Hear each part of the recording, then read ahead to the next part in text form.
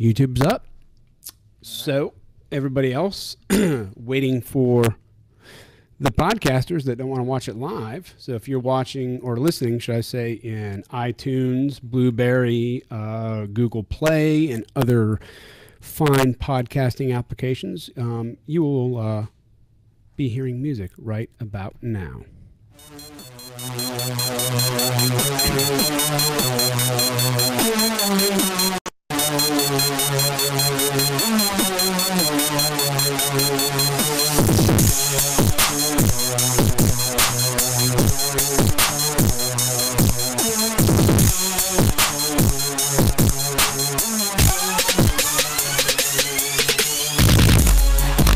Welcome everybody to the next episode of Brett's Kitchen. What's up, guys? It is Wednesday, May 2nd, I believe, and we got special people in the house tonight. First, Brett, how are you doing? Doing great, man. Just got through having a great no-gi session with one person. What? Yeah, man, one person showed up. It was awesome. Last week it was packed. This week one person came, which is good. Weather. He got a private. That's how it goes, man. Yeah. And I got my main man Mark Cukro here. Hello, everybody. Pull that just a little bit closer to you. Move a little closer. All right, everyone. How you doing tonight? And I have this awesome Denver Broncos hat on. Look at that, Brent. Which automatically makes me better than all of y'all. And my man Mark brought it back to me from Denver. From Denver, Colorado. That's it, baby. A couple weeks ago, yeah. right? Tell them what was you doing out there? So I was watching the podcast, and somehow we had dialogue, and you said, "Hey, maybe you should be on the show," or I asked if I could be on the show. I don't remember which one. And you asked me to come in, and I said, "Well, I'll be in Denver doing a business seminar and training jiu-jitsu." And I said I'll get you a hat, and so I had to get you a hat. So on the way back at the airport, I almost forgot, and so I'm sitting in the the newsstand basically. Mm-hmm. It has all this Denver Broncos stuff, and I was like, oh, I got to get my man a hat. I told him I'd get him a hat, and I think it was 2 years ago at a tournament. You said, man, you got to come out one day and teach a class, and I said, okay, but we're kind of like on the other side of town, mm-hmm. and we teach kind of at the same time. So I said, well, I'll tell you what, next time I come out, I'll bring you a 6-pack of beer. So I remembered the beer, and I got the hat. So and he got the hat. if I said I'm going to do it, I got to do it. Boom. Beer and 2 hat. presents in one night. Beer and hat. Yep.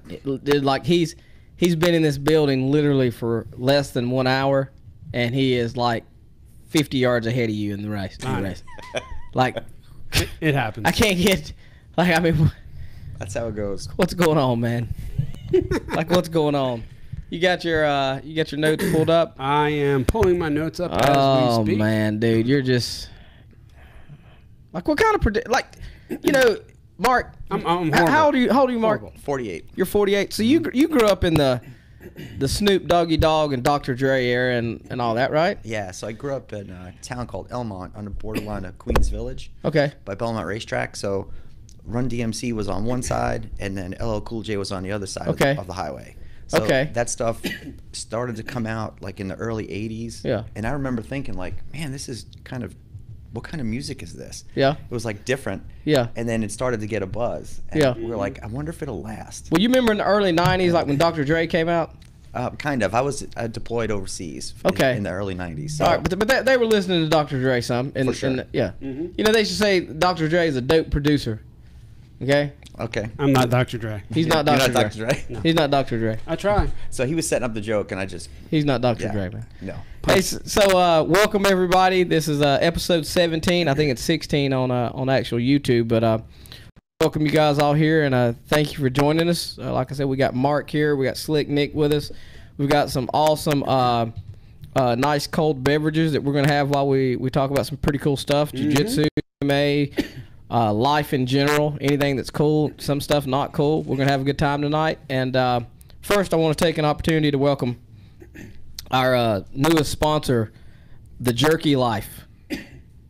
And The Jerky Life makes the greatest beef jerky and I'm going to be extremely rude today and smack on this beef jerky in front of Mark and in front of Nick. And I'll probably share some with Mark because Mark is a black cabelta. Nick, on the other hand, negative. He gets no beef jerky. No beef jerky. No beef jerky today for Nick. In fact, he can sit over here and drink hot beer for all I care. That's not one of the cold ones, is it? You're banned from cold beer. This one is actually cold. It is cold? I brought it in cold. Okay. All right. Oh, so you brought your own beer in. No, I brought us beer. Oh. But again, thank you everybody for joining. Thank you to the Jerky Life. We're going to talk about them a little bit more later on in the show. And first, man, everybody, please welcome our guest, Mark. And hands together. Yeah, that's it. Yeah. Hello. Okay, that's a Denver Broncos bark, son. What the heck was That that? sound like a pit bull. Do horses bark? Okay. All right. I'm just asking. All right. I'll pay for that later. We'll see. Well, I doubt it. You don't ever come to class. Dun, dun, dun, dun. So, Mark, tell us, please introduce yourself to the crowd. And for the few that's watching right now, we'll have a bigger crowd here in a minute. Yeah, so basically, I'm Mark Cukro. I'm a black belt under Peter Sauer, and I have an academy in Harrisburg, North Carolina, which is near Concord. It's kind of between Charlotte and the Concord Motor Speedway. And I've been training for like 25, maybe a little more than 25 years. And so pretty much, I started off with JKD, Kali, Muay Thai, catch wrestling, Shudo, and then eventually I made it into jiu-jitsu, and I've been doing that ever since. So I started a business this is my 13th year actually. And so I had 2 newborns, twins. And so I just started my own business, and I was like, well, I got to make it happen. So I pretty much took all my time and focused it into building my business, and then it started to interfere with my training. And so then I started with a small group, basically 2 guys in the backyard, and then a handful of guys in a garage, probably like most people's story. Mm-hmm. And then I got a little academy in Monroe off of Franklin Street, even though I lived in Harrisburg. And then people would actually drive, and I was like, well, I live in Harrisburg. And so a building came under development, and I met a local guy in a coffee shop. I drew a floor plan out. I rented a place, and 12 years later, now I am where I am. So, but that's it. So I've trained in pretty much every kind of art you can think of, the Filipino martial arts as well, which is a fantastic art. But I predominantly now, the majority of our classes are jiu-jitsu, kickboxing, and the Filipino martial arts. And that's it. Of course, in JKD, kind of they always go together pretty much. And that's it. So here I am. I'm glad to be here, man. Now, when you say JKD, you're talking about Jeet Kune Do, right? Just to the listeners. Yes, Jeet Kune Do. So Jun Fan Kung Fu. Jun Fan means Bruce Lee. So his Kung Fu is kind of the core fundamental of the system, and then the Jeet Kune Do is the concept that's applied to it. So, and that's really where a lot of modern approaches to martial arts came from, like mixing the arts, mixing the ranges. And I would say he's definitely the predecessor, the turning point in the public martial arts understanding of putting arts together. So, yep. And that started here in Charlotte specifically by a guy named Larry Hartzell. Yep, I think it was 1972. And there's 3 people that live in the area that are instructors under him, and he left this kind of legacy. And I feel like Charlotte is a powerhouse of martial arts, but it's flown under the radar for a lot of years. And Sifu Larry moved back to California. Dickie Harrell, Mike Brown, Reuben Griffin, those guys had a big presence here. And then they have students that still stay here. Rob Kelly was one of them. And so that's the art and kind of where it came from. And I've been doing that ever since I got here. I got a flyer on my car, and I was like, huh. No, Let me check it out. You trained that JKD stuff too. I did. Mark and I have actually known each other, I don't know, for 10 years now. Yeah, long time. Long time. Under Scott Shields. Yeah. We started under Scott Shields. Yeah. See, you're like a ninja. I don't know about that, but He is a ninja, yes. I know a couple martial arts. Yeah, a little bit. Now, how do they rank in Jeet Kune Do? What do they do? Do they it's like black belt, red sash? What do we do? Well, it kind of changes over the years. Yes and no, right? Headgear. You like a gold headgear when you. You get a copy of Enter the Dragon. So, Yeah, there's a starter kit, right? Yeah. No. So it started off kind of as a rank, and then there was cards that you would punch in, and then it was sashes, and then it was levels, and so now people deal with different things. But it has a rank system, just like pretty much every other martial art. Yeah. And what are you in Jeet Kune Do? I'm an instructor under Scott, Rob Kelly, and Guru Dan. That's pretty much. It's considered a black belt. Yeah. So you're a black belt in Yes. Jeet Kune Do. Yeah. Okay. What about the Filipino? Same thing. Same thing. Same rank. Black belt. Yeah. Black Same belt. thing. Okay. Black belt, Filipino. Is that the Kali? Kali. So Kali. Kali and Eskrima are In sea lat. Yep. in sea ladder. Kali's kind of interchangeable with Eskrima. It's like you guys are y'all. Depends what part of the country you're from. It's pretty much the same thing. But overall, the generalism is if it's Kali, it's usually more blade based. If it's Eskrima, it's more stick based. But it's still the same art.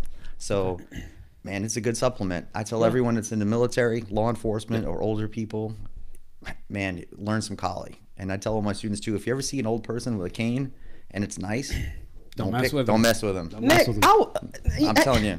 You know what? Like, I believe you guys, but Nick, like, I would whip your ass with a bat. I don't care what you know with a stick. If I have a ball bat, I'm gonna go upside your head. What are you gonna do about it? I don't know about What that. are you gonna do about it? If I have a ball bat, let's put this to the test. All right. You get your sticks. I'm gonna get an aluminum ball bat. Okay. And we'll see who wins. I'll pay to watch that. Oh, I would okay. totally sit down and We'll- drink we'll- a and tea. we'll- We'll do it. We'll You are For sure. delusional. You think you're gonna beat me with some sticks and I have an aluminum ball bat? Yeah. Yes. Is everybody on watching this Yeah. this foolishness? This is why people. This is what happens right here. This is what. You've never seen Kali. This is the exact. Yeah. Yes, I have. Yeah, we actually had a demonstration in Fight Lab. Okay. Who did it? Do you know who? I don't know. Oh, I okay. didn't pay attention. I was backstage trying to get water and breathe. Shit. Okay. I'm trying to live, man. Yeah. I didn't pay attention. Anytime we had like a halftime show at Fight Lab, I was thankful. Yeah. The last thing I did was complain. I didn't complain. I didn't watch it. I didn't want to know if anything went wrong. I just wanted them to go do whatever they had to do and please go over as long as you could possibly do it. Kenny was trying to rush him. I'm trying to get him to stay out there and do Slow your down. thing, man. Yeah. Slow it down a little bit. Hang out. Have fun. Well, I'm telling you, it's a great art, especially if you use a stick or a baton. Yeah. So, it has each art has its purpose is based on its geography, topography, cultural preferences and influences, and kind of their past experiences. But it's one of the few arts that starts with weapons first. And so, and then if you have a stick, it's an extension of your arm. You can use a knife the same way, and you can box and kickbox. It's called pun and tukin. So it's very much why boxing is like this and not like this anymore. Yeah. And so it's a really good art, man. I mean, it has grappling, but it doesn't have jiu-jitsu like grappling because of the terrain is different and the purposes. But I'm telling you, man, it's a good art. It's a lot of good. Wait till I supplements in there. Louisville slugger your head off, dude. I'd like to see it. Look, I would Totally. not want to go to the Philippines and fight anybody with a stick. Trust me on that. Okay, all right. I mean, look, How big are the sticks? I have some I have some. Yeah. If you want me to go get Go, them. go get the stick. get 'em. Go get the stick. Hurry up. All right, hold Hurry on. up. all right. Dude, you Yell suck. at me. You suck as a producer. Why didn't you have the sticks out already? I didn't know we were going to go there. It went in a direction. What What do you mean you didn't know? You're the producer. Why wasn't you prepared? Well, His crystal ball wasn't turned on. I don't know, man. But Stupid blue belts. what can I say? When he gets black belt, he'll get better Nah. at his psychic Nah. abilities. Probably not. Nah. I just don't see it, man. All I mean, right. I'm trying to work with the guy, but it's just, I don't know, man. I just don't know. I'm trying. Well, at least you have a cold beer and he has a warm one. So Yeah, that's all that there, cares. There is that. So Diane Stiegel said that her mother was really dangerous with a wooden spoon. Oh man, whose mom wasn't dangerous with a wooden? Did you not get the wooden spoon or the paddle, Uh, or you got a hand or a shoe? I got the flip flop. I got the Flip-flop. flip flop and the switch. Yeah. I got a switch off the tree. Yep. I got my ass beat. Pretty consistent. Those wooden spoons, man, they're in a lot of households. I was a little hard headed, Yeah, if you can imagine. I can't. Oh, here you imagine. cut. so my rattan sticks aren't in there. All right, But so this is a training baton. yeah, so this is a soft stick. So pretty much it should be about this long. It should fit the palm of your hand. So the leverage is the same as your arm. So Yeah. this would be a little long, so you can curl up on it. But it's Okay. not so much even. I would like to see you guys do this. Like I would totally pay to see. I mean, I would make a special trip. To see We'll you do guys. this. We will do this. We're going to. Let me see that. Okay. I think I do have sticks in the truck. Nick. I do have sticks in the Hold truck. on, Nick. Stop. Okay. everybody, this is a. That's foam. I mean, That's it's foam. foam. It's foam. All right, I'm going out of the car. Okay. You got a rattan one? I got batons. So, and then let me explain the different woods they use too, because those are just for training. This is just so you don't break your fingers when you get hit, or you get. It makes a whoosh sound. You got to, it's important.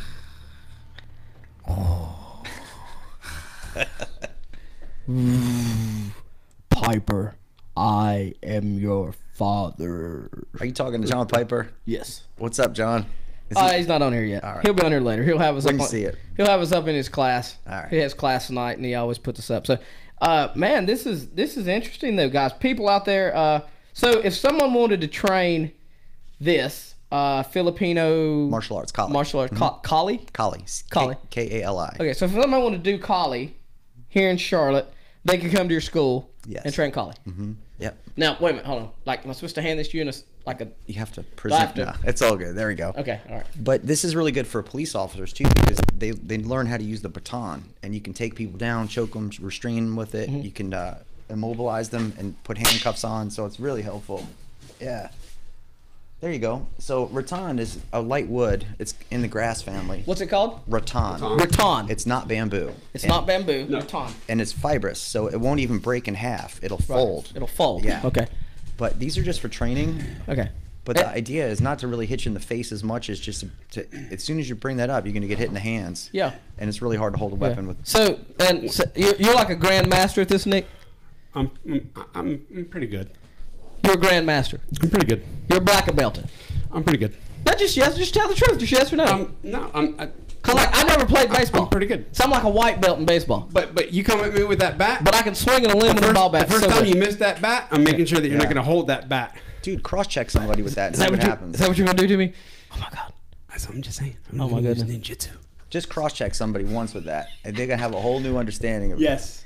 But I will Until say you get hit in this. the hands once. What is unknown is one of the best grandmasters in all of Filipino martial arts lives here in Charlotte. Bobby Tabata. Bobby, the guy's amazing. That might have been who did the halftime show. Okay. Probably Fight was. Lab. Dude, it's unbelievable. He man. is amazing. Yeah. So, So Nick, do you like do throwing stars or anything? Katana swords? No, we do have staffs.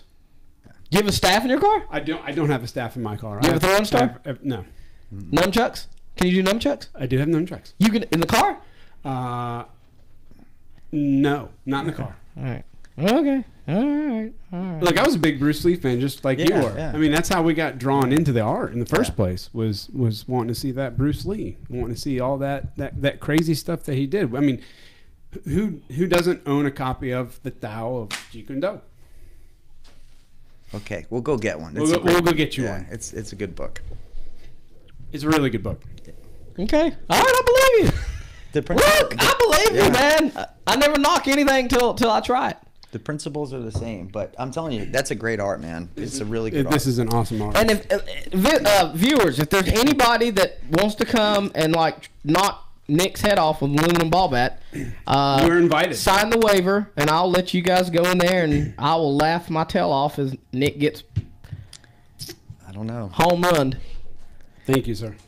People can only swing a bat well with two hands, so. Okay. Guys, I'm not saying that it won't work. I'm just saying. No, I know, but I'm just saying there's an advantage and a disadvantage to both. No, I believe it. Yeah. I believe it. I believe it. I believe it. I just would not disregard the aluminum ball bat. Ball No, bat. I wouldn't either. I don't want to get hit with either one of them. No. Hell no. Nope. My point is not to get hit with it. Yeah. All right, so Okay, so I tell you what. Filipino martial arts. This was probably the best welcome or introduction that we've had for a guest here at Checkmate Charlotte. Excuse me, the Bread's Kitchen at our home location. Unfortunately, this is the only introduction that we've but I'm honored. it was awesome. So to celebrate, we're going to get some of the great Jerky Life beef jerky. All right, there or we at least me and Professor The two professors. Professor Mark Cukro. Yes. I'll be right back. There we go. The Jerky Life. Where can they find them? Is it thejerkylife.com? Well, Brett is going to get the jerky. Oh, he's got it already. All right. Check it out, man. Boom. Ready. You want to flash that on the screen? Now, while you're breaking that, there you go. Plug it Let me see it. Put it up there. Put it up there close. There you go. Look at a that. little closer. That is beautiful looking jerky. A totally shameless marketing plug. Oh, Absolutely. Hey, it pays the bills. this Sure. is venison. Seafood. This is venison. Now, let me ask you this: Are you are you okay? Diet, religion, to have some jerky? Yeah, as long as it's not like pig brains or anything, I'll eat it. Okay, all right. Yeah, there's for you. sure. There's you some. All right, man. Yeah, get your piece of that summer sausage. That's venison summer sausage, Tommy's Smokies, venison summer sausage. It's not hot, is it? Mm-mm. All right, because if it's full of jalapenos, all right, I'm just saying. Yeah, I hear you on that. How good is that jerky right now? It's so good. Like, I almost am tempted to share some with you. But you don't want just on the principle. Well, Principalities. number one, you're a ninja. Ninjas don't eat beef jerky. We don't, actually. It's a known fact. It's a known fact. I mean, I'm just saying. Well, that's what Chuck Norris told me. So, all right. So, let's move on. Real quick, want to recognize Kenny Romero. Talk it up. Yeah, man. Talk it up. Kenny. Big win today, last week at Serious Grappling over Tanner Saraceno, pro MMA fighter and former WWE Tough Enough contestant. Nice. Also former collegiate wrestler. And Kenny scored a heel hook victory, inside heel hook on him, I think, at like the 8-minute mark or somewhere around through there. Where can we find video of this fine? The only video I've seen is on Serious Grappling's Facebook. Can you spell serious grappling for us? SIRIUS. Gotcha. Yeah, they spelled it a little different. So like the star, seriousgrappling.com. SIRIUSGRAPPLING.com. And from my understanding, they had a very successful Oh, good. going down there. Did they? Yeah, a lot of super fights, and they had a 16 or 8-man purple belt tournament. Oh, okay. And then they had a lot of super fights. In fact, I think the main event was Laban Probst. From Tennessee. Yeah, he just got his black belt under Lucas Lepre. Yeah. He used to be in North Carolina in the Greensboro area Yeah. for a long time, and he beat Marvin Skipper, Okay. which that's a fantastic matchup. I'll have to take a look at them. I haven't seen those fights. Yeah. Or those matches. Who did the matchmaking? Justin Decker, Okay.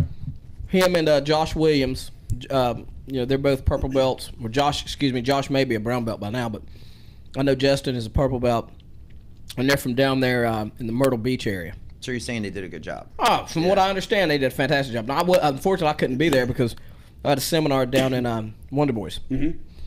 But How did that go? oh, great. Yeah, I've known Mr. T. I've known Wonder Boy and Coach T for a long time. They knew me back, or I've known Steven since he was a kid. Yep.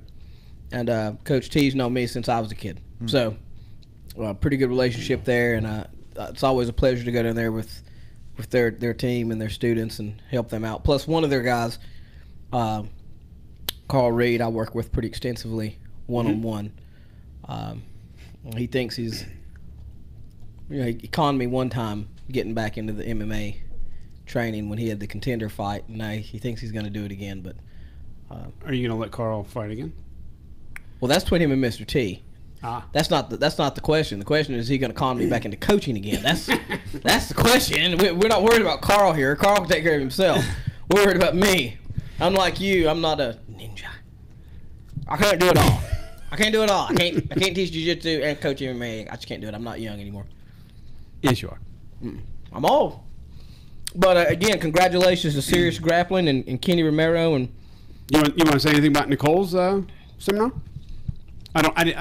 you know what? I just caught it. So Nicole did the seminar. All the ladies that took it were very happy.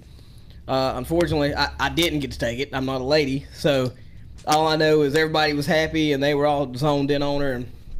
And I say it all the time. Anybody that can get on the mat with her, she's got a lot of knowledge, a lot of perspective. She's one of the few competitive female jiu-jitsu people. Competitive females in the area in sports jiu-jitsu, but she's probably about the only one I can think of in the area that has an extensive MMA background also. So that's a very unique perspective. Mm-hmm. There's some good females in the area that do jiu-jitsu, but they don't have experience in getting hit in the face. while they're doing the jiu-jitsu. That changes the game. And that changes definitely. the game. 100%. And so anytime if you're a female, I say this again, if you can get on the mat with her, if you can get to a Monday's Queen's class, or you can get to one of her seminars, get there, because what she's telling you is it's priceless, man. She's got a priceless outlook on stuff. Sort of like Nick and his show them your things again. What are they called? I just call them collie sticks. Collie sticks. Yeah. Screaming sticks. Screaming sticks. Yeah, he has a unique perspective. That's something that we don't have a perspective on. So, if you can, anytime you can pick somebody's brain that's done something you haven't done, then you're going to be all the better for it. It's just a fact. But yeah, I did. So to answer your question, I assume it went well. I wasn't on the mat. I don't get involved when it's ladies class or ladies seminar. Roger that. I just I get out of Dodge as quick as possible. There's more. Carl just said you're going to coach me. Oh, is that what he said? You love it. What? It's a privilege. What did he say that on? That'd be YouTube chat. Oh, he did say that. Hey, Carl, how are you, man? He said, "I love it." That's Shit awesome. we get ourselves into these days. Man. So, let's go. Oh, what was that? My bad. What was that? Your battery? Low? No. Is that a low battery? No, it was Just a message. just a message. Okay. So we got some announcements real quick. IBJJF Atlanta is this Saturday, May 5th. Mark, do you have anybody going down there? No, not to Atlanta. I have one. This is Atlanta number 2, by the way, this year. Atlanta number 2 this year. Yeah, they're doing They're doing a ton. Yeah, they're doing them up, man. Because they always have one before IBJ Charlotte in the fall. So I guess they're going to do 3 this year. Man, they're making some bank. And Naga's in June. Naga's in June. We have people June going there. 16th, 17th, I think. Right? And then Monday, this coming Monday here at Checkmate Charlotte, kids class and Queens class is canceled. And we have the Dominique Bell seminar. Boom. From Autos. They're number 1 stunner in the brown belt division. Medium heavy, former IBJJF purple belt world champion. IBJJF Pan Am medalist, brown belt. And probably going to be IBJJF world champion brown belt. And so he's going to be here. He's going to be in Atlanta doing IBJJF Atlanta. He's going to have a seminar Sunday down in Columbia, South Carolina, I believe. And then he's going to be here in Charlotte Monday at 6:30. Is he going to Seafood Mills? I don't know where he's going. No. Or is he going to Columbia? No. He's going to Arena Jiu-Jitsu. Oh, okay. Oh, okay. Yeah. Dominique is actually from down there. He used to train at Arena Jiu-Jitsu, whatever it's called. So he'll be here this Monday at 6:30. I mean, if you do Jiu-Jitsu, you go to your school's Monday class, I suggest you come here if you want to get some real a competitive perspective and train with one of the best in the world. And then Geese for GIs is May 19th down in Wilmington. I'm a terrible announcer when it comes to announcements and what's going on in the community because I don't know where it's at. I just know I'm teaching it. I'm teaching part of the seminar. I just don't know where I'm going. It might help, yeah. Yeah, I might need to find out. But that's going on May 19th, so find it out. Go to Geese for GIs. Go to their website, go to their Facebook page, look and see where the location is at, and come see me. That is Geese4 with the number 4 GIs.com. And there's a link on our website, which is thebreadskitchen.com. And he would know because he's a ninja. Ninja. So, let's get down to nitty-gritty, man. All right, we got questions or Where? what do we have? Well, first we got is a different beef jerky. Oh, okay. We have Who's the jerky from again? from the Jerky Life. And where can people find the jerky life? Love this jerky life. www.jerkylife.com. Shout out. Shout out, man. Mark, get you some of this. All right. Try this one. This is a different one. Oh my goodness, this is good stuff. What is this? This is sweet and spicy sriracha tender beef steak. All right, I'm gonna try a small piece. Good. The sriracha scared you, didn't it? Well, I don't know. I'm gonna find out first. How was that venison sausage? How was that? Good, man. That was good stuff, Yeah, wasn't it? it was good. I like that for sure. Yeah, this is it's got a little heat. It's good. I don't like when the heat overpowers the flavor of the food. Yeah. This is good. You like it? Yeah, So just enough heat. just enough. Would you buy this jerky? I mean, if it was in the store, I'd buy it. There it is. There you go. This Stamp of approval. This is Mark fresh Cukro. out of Charleston, South Carolina. Is where the home office is, I believe. My man Jarrett Trilla, the tree. I used to call him the tree of life. He's a big dude, man. He's a big dude. He fought for us at Fight Lab. Long, man, just very good jiu-jitsu. Very good jiu-jitsu. And he's a big guy. He's a very big guy. Like 250. Well, bigger than me. I don't know what the exact poundage is, and I'm not rolling with him to find out. No, he's bigger than me. It's all I know. Man, Nick, try you some of this venison sausage. I will try some of the venison. Oh, man. Fooled on my own game. I'm just playing, man. Get you some of that, dude. Yeah, that make was sure he good takes stuff. his hand off the bag. That was good stuff. That's so wrong, it's funny. Oh, that was fun. That was pretty good, though. Yeah. Oh, yeah.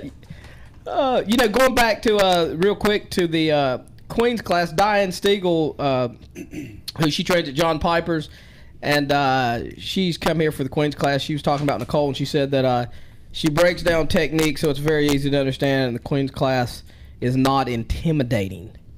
And, the reason I read that is because, we've got some questions and stuff for some viewers and some stuff that we've got for you. Yeah. But, she brings up a point, and I want to ask you this.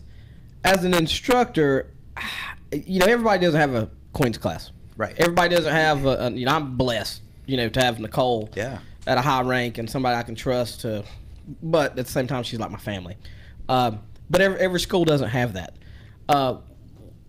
And I don't know if you have an all-ladies class or how you do it, but how do you go about making your academy overall, not just the ladies class, inviting and try to make it to where it's not intimidating? Okay, so that boils down, that whole question circles around academy culture. So pretty much, we have like 40, 45 women that train jiu-jitsu, which is, sometimes we have more women than men, which is awesome. That's pretty good. 10 years ago, that wouldn't be the case. But, you have to kind of have that balance between being friendly and not becoming a friend. Being an instructor, but make sure that you always maintain a line of professionalism. So if you go to an academy, and I travel a lot, pretty much within 10 seconds. Now this is going to be more me of like a business consultant just for a minute. But when you come into a place of business, you have 10 seconds to recognize someone. If they don't get recognized and feel comfortable, you lost everything, doesn't matter. So the minute someone walks in, you have to say hello and you have to make them comfortable. After they're comfortable, then they have to go through that phase of that immediate assimilation of feeling safe, right? So it's comfortable. It's for number one, welcome, comfortable, safe, and then you have to maintain that. And sometimes you have to, this is probably, I think, one of the most important things is people have to assimilate into the mental toughness of what jiu-jitsu is. So if you have someone that's brand new and you're like, hey, you train 3 classes, you don't really know how to tap, do you? Okay, go roll. Well, you're going to lose your students. There's a big difference between ignorance and stupidity. Ignorance you can fix, you just get educated. Stupidity is usually a choice. So if you have someone that's brand new, men, women, it doesn't matter who it is, they shouldn't be rolling for the first few classes. And then if you have a woman that comes into class, what's the main reason they're there? I don't know. Usually it's self-defense, fitness, confidence, well, they had an experience.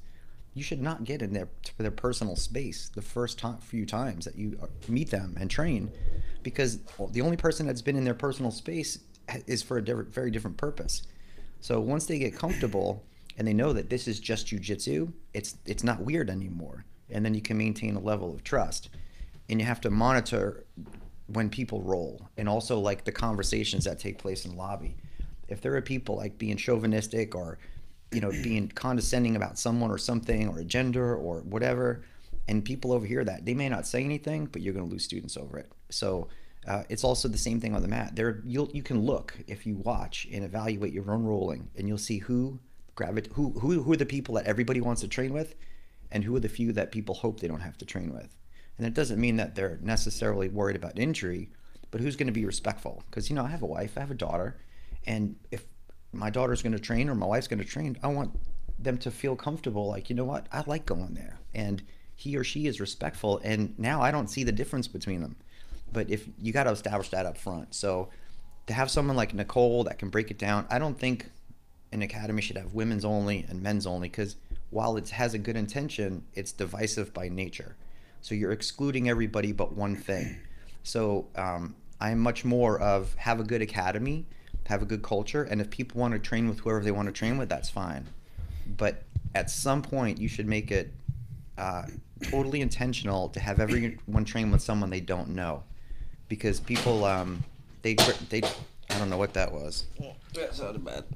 But they tend to, people communicate in huddles. So like if you have a room full of 100 people and you say, okay, everybody gets off the mat. Everyone will stand in little circles. And that's what happens on the mat. So now when you're in a circle, you get protective of that circle. And if you're not used to letting new people in, it kind of becomes a clique. It becomes a clique, and then it becomes divisive within your own team. So I that's my advice. I don't know if you want an academy. I'm telling you right now, the most important thing: make them feel welcome, make them feel comfortable, make them feel safe, and then just monitor that kind of mindset. Because the minute it goes down, people won't. They're too nice. Most people, they won't say anything. They just leave. And so I would just start there. I think that's probably the best advice I can. Let me ask you a question. Do you roll with your female students? Yeah, all the time. Mm-hmm. Have you ever had any problems occur with you rolling with a female student and them saying you overstepped your boundaries or anything like that? Or no, I mean, like when you train with someone, first of all, I'll ask people if you want to roll. Like, so if someone says, oh, I'm a little nervous. Okay, no problem. I'll get you someone else. And I'll ask them too, do you prefer to roll with, does it matter who you roll with, or do you prefer to start with women? And some people say, you know what, I want to roll with just ladies only. So you ask them that question? Yeah. Okay. But I do it in like it's private, it's in a very safe way. And I tell them, look, my goal as an instructor is to make sure you have a good experience. And if you're uncomfortable, then I don't want you to be. Now, usually that will happen, and in 3, 4, 6 months, they'll roll with a couple of people that they trust. They'll start rolling with guys. 1 or 2 won't.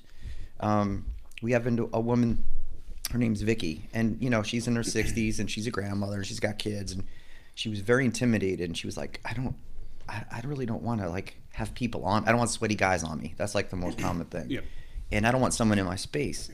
Well, after a while, I said, okay, let's just push each other over. See who can start on your knees, tie up 50-50, see who can push each other over. So then when she started to have fun, she was like, oh, this whole world opened up of jiu-jitsu. And now she rolls with anybody. She doesn't care.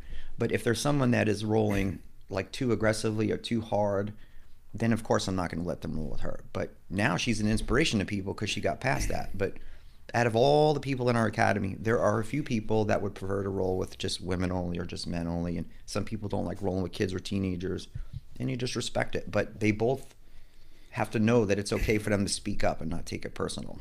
So that's it, because I have a daughter. She's 14. Man, she doesn't even know what life is like without jiu-jitsu. And some of the guys in the Has she been training? She's been training since she could walk, and my son too.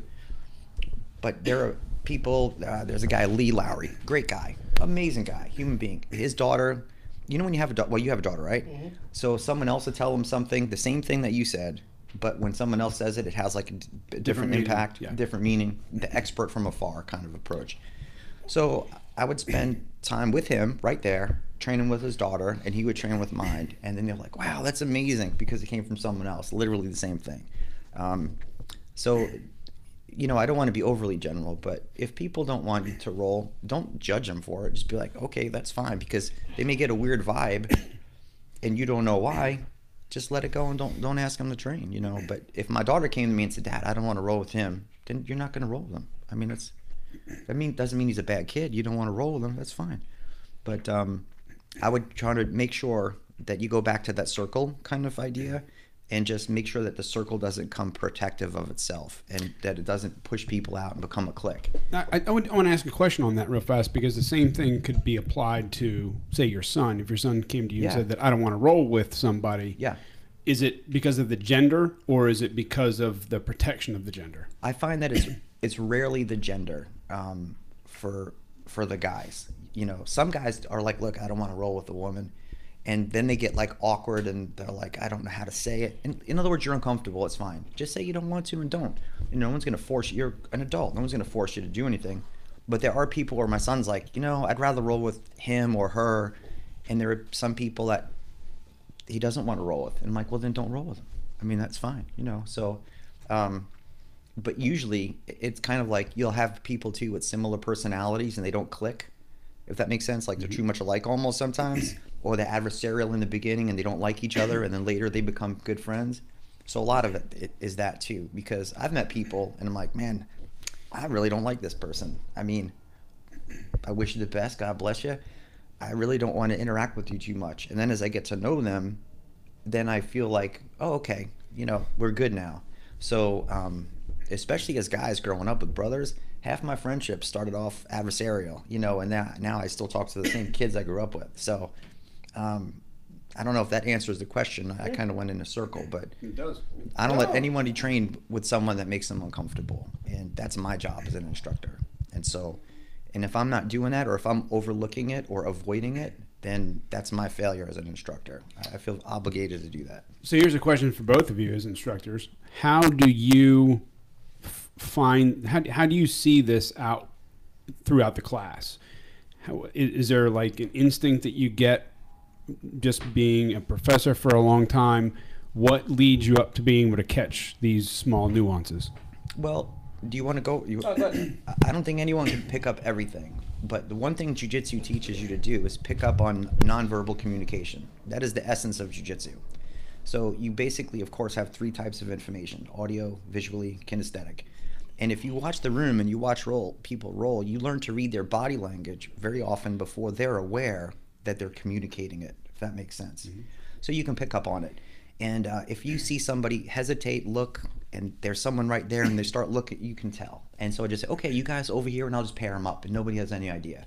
But over the years, this is my 13th year having an academy. I haven't really had an issue that would make me overly concerned. I have had instances where someone says, you know what, I don't really want to roll with a guy that I don't know. Okay, fine, and that's it. And then later, it always turns out to be pretty good. So, but also, you can't dismiss someone's concern because you just think they're overreacting, if that makes sense. So you got to really kind of get down to the root of what the issue is. But I think if you're an instructor and you're rolling with everybody, it's hard to manage the mat. So you have to take turns. You two watch the mat. I'm going to get a roll in. And then there's always a set of eyes on the mat going in and out and looking. And mostly it's to prevent people from rolling into each other and having injuries like someone rolls on the back of their legs. But at the same time, when people know someone's watching, they tend to behave a little better. And that's it.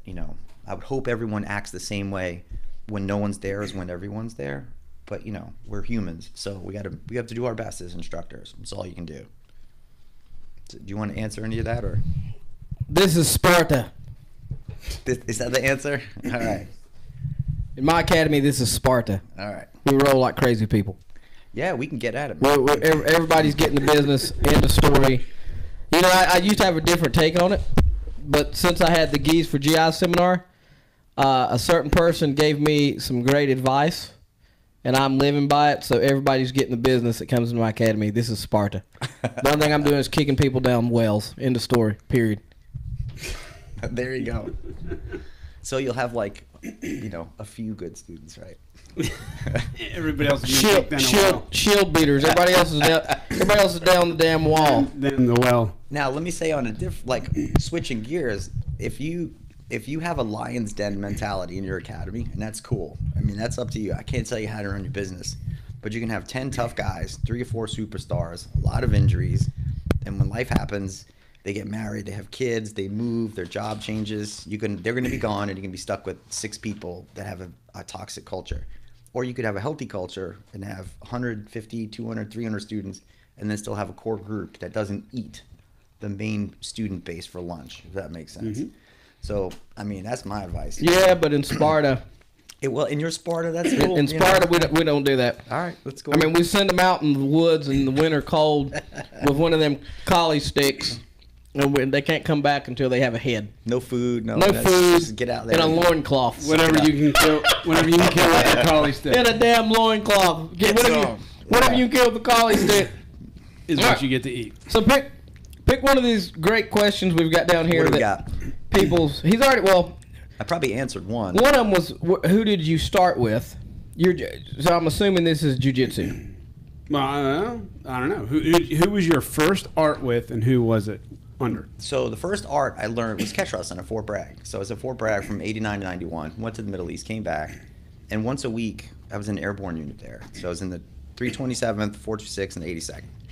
And we could go for PT and train 2 of my buddies. one guy's name was Willie Odell from West Virginia, and he was kind of a big, just a good old country guy, nice as could be. And he's like, man, let's do some catch wrestling. I didn't know what it was. So we go to the gym, guy kicks him. He just smashed me. I was like, I don't know what just happened, but everything hurt, but that's awesome at the same time. And there was a guy there named Rob Ware from Maryland. And so we would train, and basically, I wouldn't say train, I got beat up while they just exercised their skill set. And so then when I moved to Charlotte, I got a flyer on my car, and I started with JKD, Kali, Muay Thai, and then there was grappling in there. And that's where I got introduced to, this is in like 93 or 4, I lived in an apartment community on Albemarle Road, and one of the wrestlers there, the Italian Stallion was his name, and he wrestled, and he was a pro wrestler. He was a pro wrestler. Yes. And so he was like, man, you should come up to the gym. And it was the gym on Independence. Mm-hmm. I forget what it was called, but it was like open 24 hours a day. And it's where the Walmart is now. Downstairs where they have the dungeon. It was like all the way in the back of the Yep. parking lot. And Fernando Salvador was there. Yeah. And so we would go in. It wasn't really the pro level guys, but more like the up and comers. And we would train.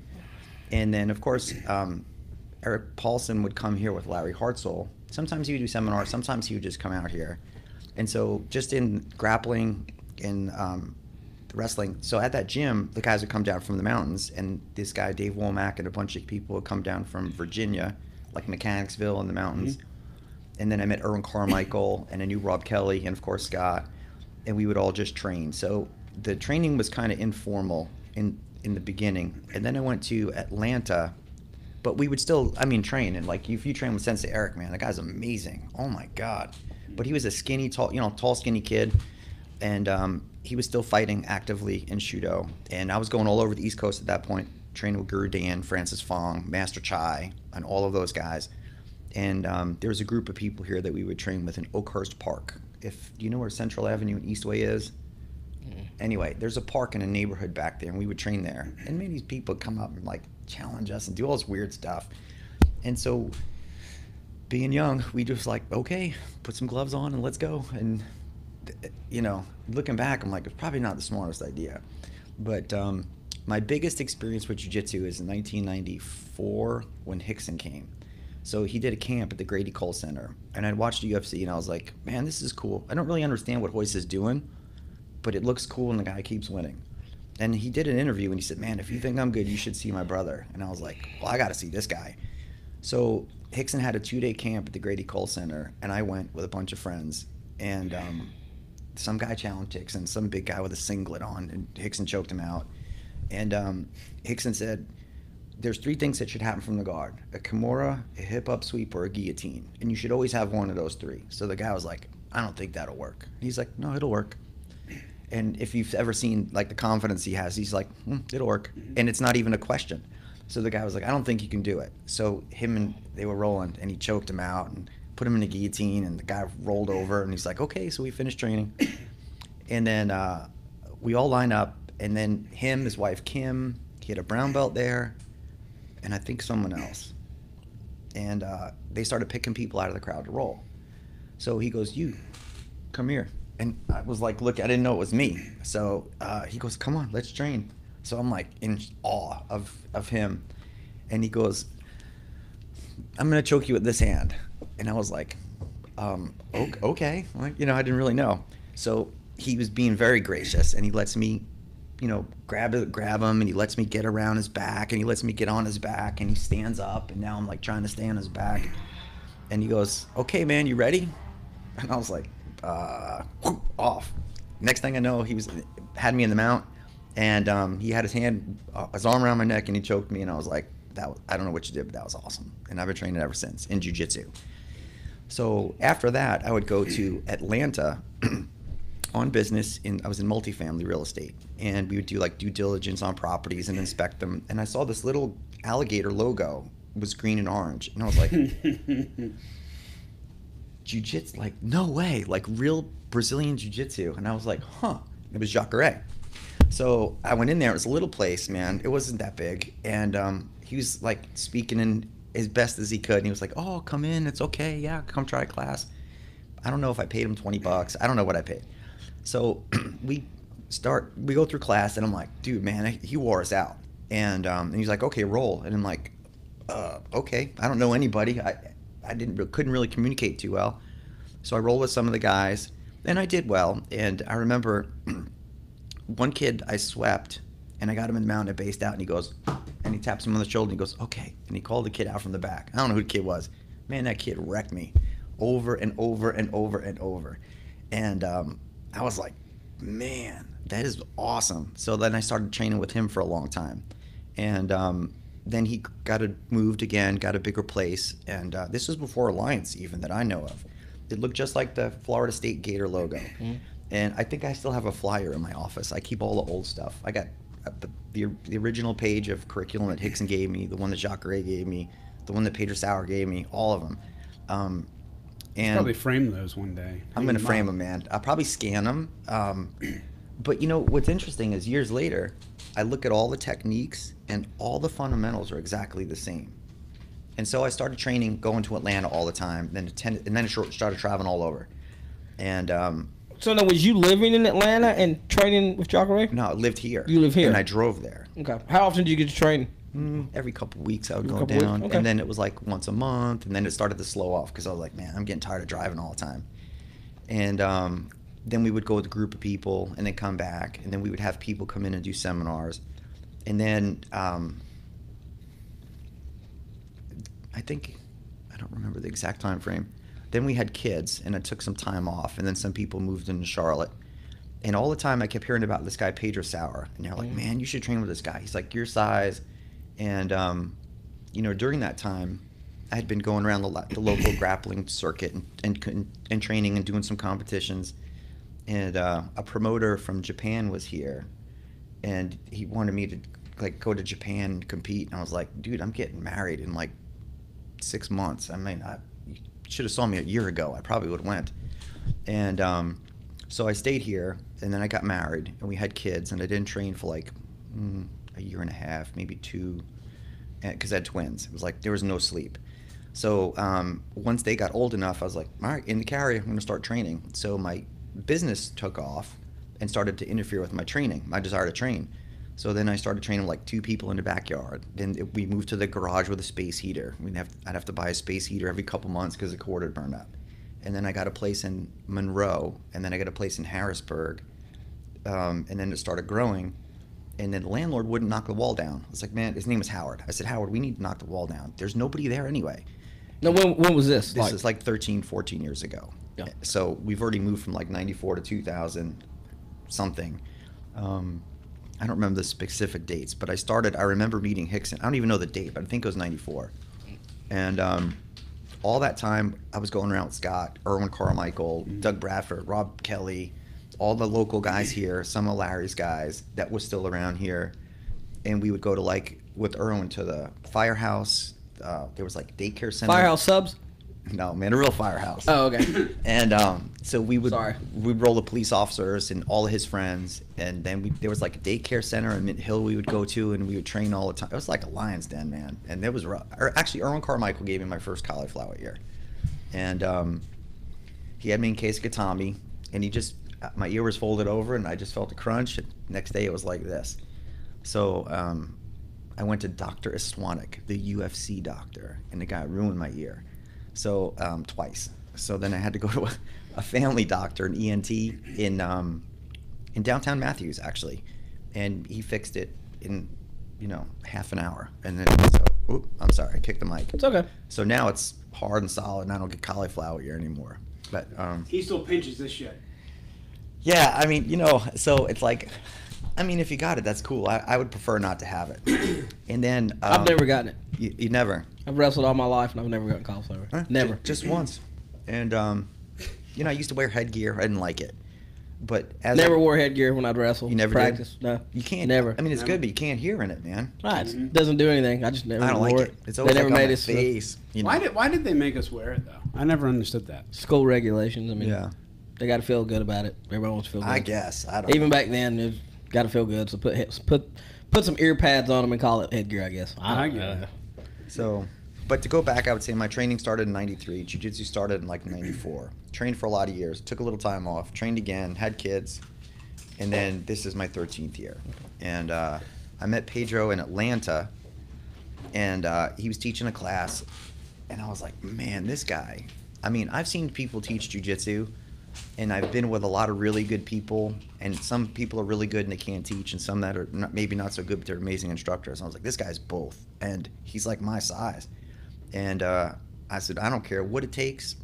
I'm training with you. I don't care if you want me to start over. I don't care what.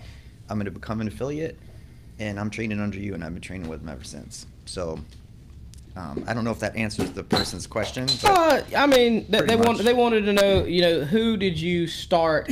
It just says who did he start with, and it didn't say which art at all. Yeah, it didn't say which art. Okay. But let's assume, since this is the greatest podcast in the entire world for MMA and jiu-jitsu, combat sports, and anything cool, let's assume that they would start talking about in jiu-jitsu.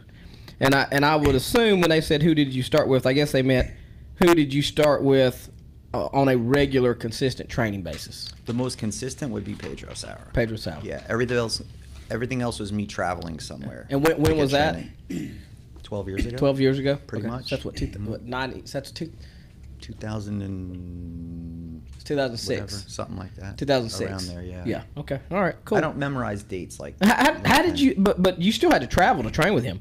Because he's in Virginia, right? Yeah. Yeah. Okay. Yeah. So you had to travel from here to Knoxville, Virginia. Knoxville. So I'd go to Knoxville. So Mike Horahan, that guy's amazing. He runs our association. John Hosford. So I would drive out there all the time and train with them. I would still go to Atlanta and train. And when I travel for business, I would train. But I would go to Virginia all the time. And he comes here and I go there. And that's it. And now of course I know him real well. I go to Brazil and spend time with him and come here. He'll be here in October, and so So let me ask you this, because this sort of leads into one of our other questions. You started with him in 2006. When you started with him, what belt was you? a purple belt. So you was already a purple belt. Mm-hmm. So who did you get your purple belt from? I got a blue belt from Jacare down 20 years ago or something. In Atlanta. Yep. And then I got a purple belt here in Charlotte from Scott, and I was like, I want to go. I'm going to train with Pedro Sauer. From Scott Shields. Yeah. Okay. So I started. So then you started with Pedro Sauer. Now, bear with me on this because we got to get into this. If you want to be clear. When you got your purple belt, did you have instructor bars on your purple belt? No. You did not? No. Okay. Did you ever get instructor bars? On my black belt, and I waited until Only I was on your black told belt. to put them on.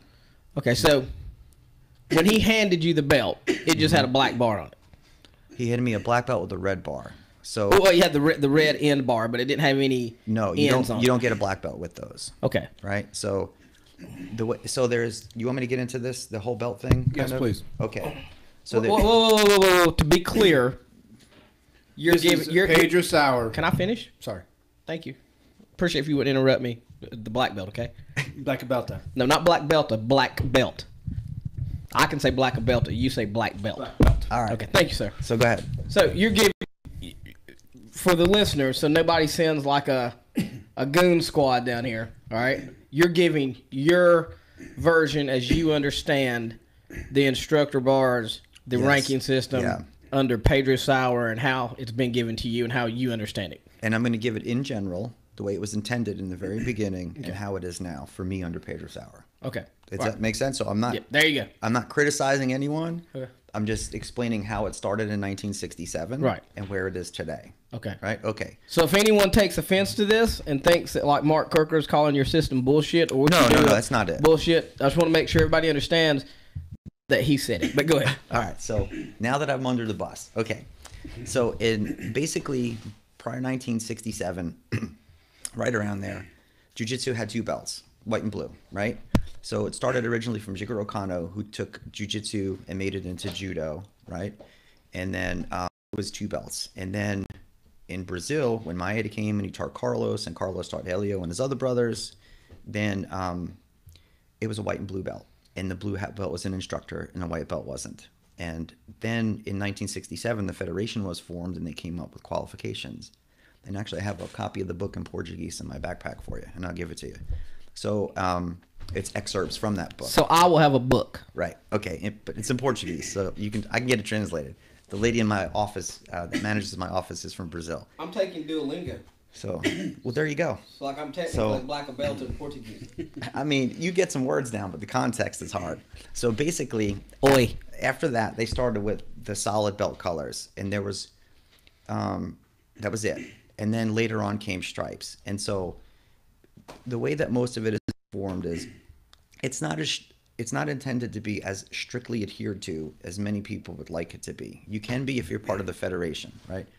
But it depends who you fall under. And there's two sides of the family. What federation are you speaking? It's in Brazil. Okay. I've got it written down. It's difficult for me to pronounce the whole thing. Gotcha. But I can show you the booklet. It's right in my bag. And so some people would give stripes and some people wouldn't.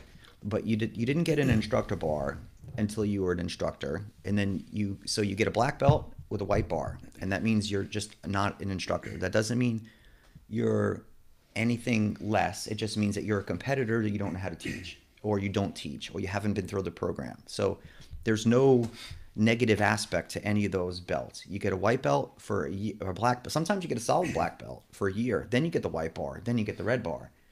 And then some people will get the black belt with the white bar, which you usually have to get made. And then you get the red bar after a year if you're an instructor. And if you're not, you keep the white bar. And then once you go through your course and you have your black belt for 2 years, you were either told to by whoever's in your federation or association to put the bars on, and you put them on, or they put them on, or you go through an instructor course and then they put them on. But when you have like a coral belt or higher, they can just tell you to put them on. And now some people will kind of agree to disagree on that, but the intention is that you don't just put bars on your belt the day you get a black belt. And so although the word for teacher is professor, you're not a professor of jiu-jitsu until you're a 3rd degree. So that's why some of the old school black belts will prefer to be called coach or by their first name, but everybody calls you a professor. Some people use the term sensei, like Andre Goval, his students call him sensei all the time. He doesn't get upset about it. It's just, to me, as long as you're showing a title of respect and on the mat, because that's really the only place it counts, then that's fine. But now, after that, the bar is only supposed to be white and red. Well, now there's a blue bar, and Royce, and if I'm incorrect, please let me know, but in honor of his father, because jiu-jitsu had started to become something that he didn't intend with the competition aspect of it, and the rules, more so rules than anything, because he liked to compete, they made the blue bar. So that actually is, honoring what predates the book, like the common current system that we use now. And then the Baja system, or the Carlos Gracie side, when the IBJJF formed from that part of the family, they put 3 increments in each belt. And so I like the belts in increments, because you can have a kid that's been training for 4 years. It's like, yeah, okay, you're great. You've won a ton of things, but you don't, if I ask you to do half the techniques, you can't do them. So it was due to a few things. One, sandbagging, which is a very common occurrence, or slow promoting people so they can dominate their weight class and belt class, which is fine, because a lot of people do it. But now you have different increments, so you can have people a little bit more aligned with the same fundamental skill set as they progress through the ranks. And now some people say, well, I don't need to have a test. I'm going to give you a belt because I know. Well, if you got 200 students, I don't know about you, but I can't keep track of everyone. And some of them train when I'm not there. I'm only at my academy 4 days a week, and it's open 6 days. So then you have curriculum. But the main purpose of curriculum is to have an acceptable minimal standard of knowledge. And the execution will vary person to person based on age, weight, skill. But bottom line, if I say, okay, you're a blue belt, you're a blue belt, you're a blue belt, show me how to get out of the mount. Everyone should know. Hey, show me how to get out of a choke. They should know, an arm bar. If 3 of them don't know, then who's at fault, right? It's usually the instructor. So there's no, you don't have to think that there's a negative aspect to whether the way you do things if it's different than someone else's. We have, I think, the very fundamental system, and I do consulting, so on teaching and training, and it's very important that you have some basic standard curriculum for the core fundamentals, because those are what determine the most important movements, right? So when kids especially go from gross motor movement to fine motor skills, they should all kind of know how to shrimp. There's 3 ways to shrimp. That's it. Doesn't matter where you go to school. There's only 3 ways: 2 feet, 1 foot, the other foot. So you have to figure out what's important. So I think that was the attempt, is to kind of standardize things, and then it just runs away and it gets out of control, and people start becoming disrespectful because, say you have someone that's been training for 10 years and they're a brown belt, and they're like, man, this is history. I know this history. And you're like, yeah, but you don't know the 10 years that led up to that. So your perspective is very different than someone that understands where it all came from. And that's not to say that you're right and I'm wrong, or vice versa, but on our side, the stripes are every 3 years. Renzo Gracie's guys, I think it's every 2. And someone that's 2 belts above can award a belt. Where for us, it's if you're a 3rd degree black belt, you can give a black belt out. You cannot give a black belt out if you're a 2nd degree black belt. So in some organizations you can. And so I think if you look at it across the board, most people will be kind of in this range of what you would consider acceptable and comparable across the board. But when there's a big discrepancy, then it's usually the instructor. When there's a small discrepancy, then it's usually standardization, right? So it just kind of depends where you go. You know, here's kind of a statement I like as an instructor too. And if you run business, pay attention to this. Whatever you encourage is what you'll multiply, knowingly and unknowingly. So if you knowingly have an overly competitive academy, that's fine. That's what you do. That's wonderful. But just know that there's going to be consequences, positive and negative, from doing that. If it's not competitive at all, the same thing applies. So you may not know that you're encouraging a certain thing, and that's multiplying, and you can't figure it out why. So would you consider your academy competitive or non-competitive? I think we're a good mix. I have people compete, but my main goal, like when I first started, it was highly competitive, and I'm very competitive as a person, and I have to work on that, right? But I had 25 guys. Man, we had a team that was killing it. And then injuries started happening. They grow up, they go to college, they go to school, and I always couldn't get past like 20 students. I had 3 or 4 that were amazing, and they went to the nationals and they went to high levels, and it was a lot of fun. But my academy wasn't growing anywhere. And so as I matured, I started to go, the people that really need jiu-jitsu are not getting it, right? Because the competitive part is an element.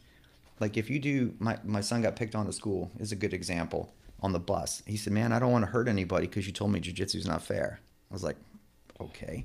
So he used my own, I was like, ouch. Wait a minute, you told him what? Because people say, people will say, that's not fair. I'm like, well, fair is an opinion, and jiu-jitsu is not fair.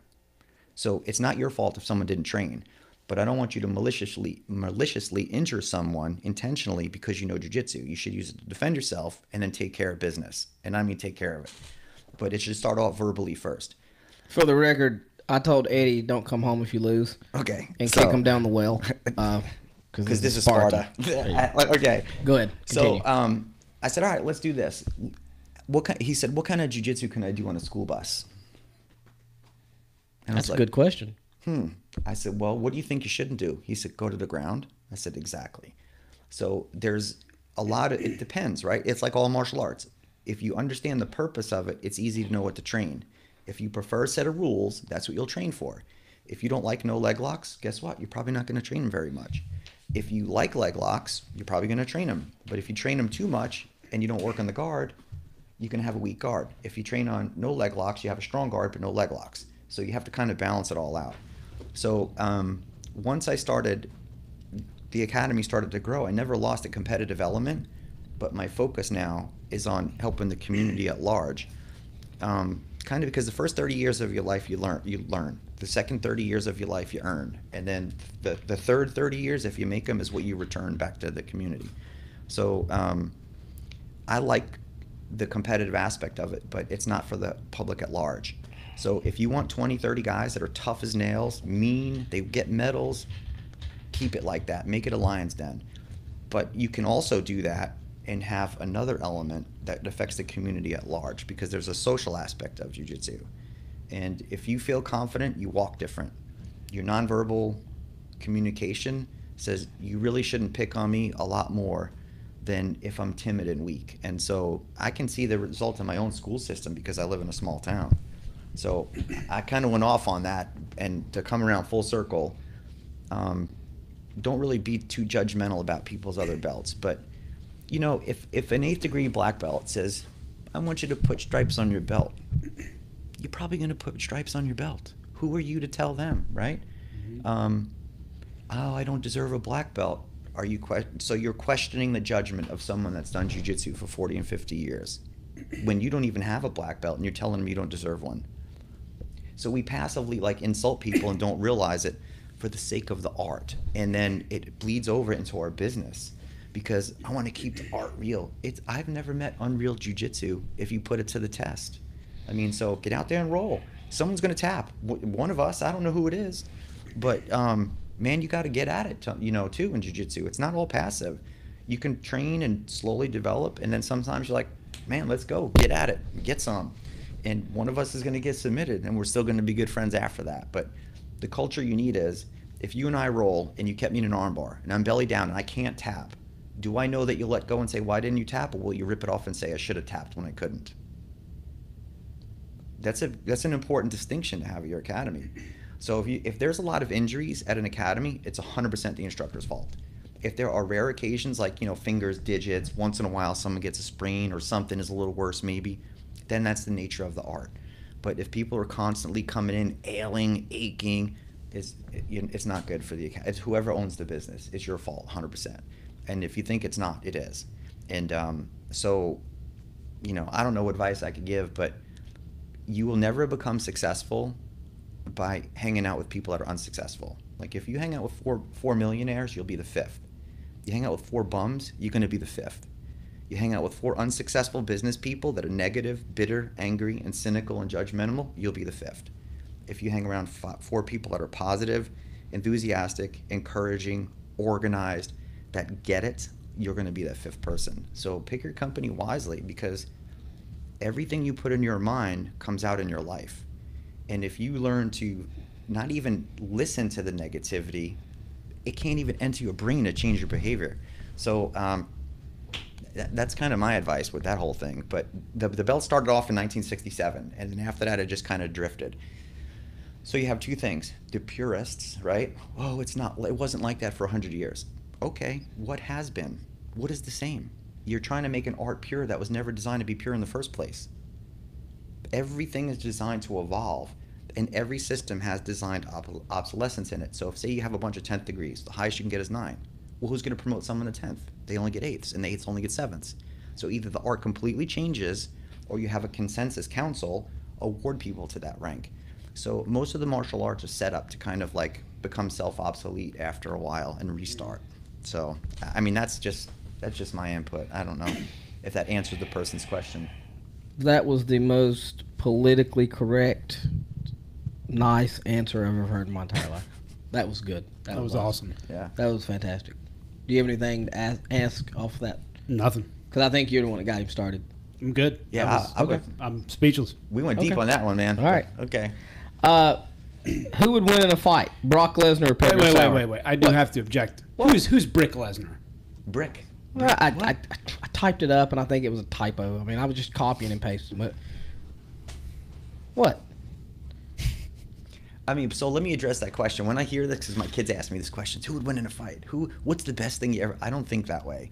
So I don't constantly have to put things in a hierarchy or a pecking order to approve of one thing. It's like I don't listen to a person because they're a better fighter more than I listen to them because they're a better instructor and a better human being. Like, I can learn as much jiu-jitsu from someone that was maybe ranked 50th.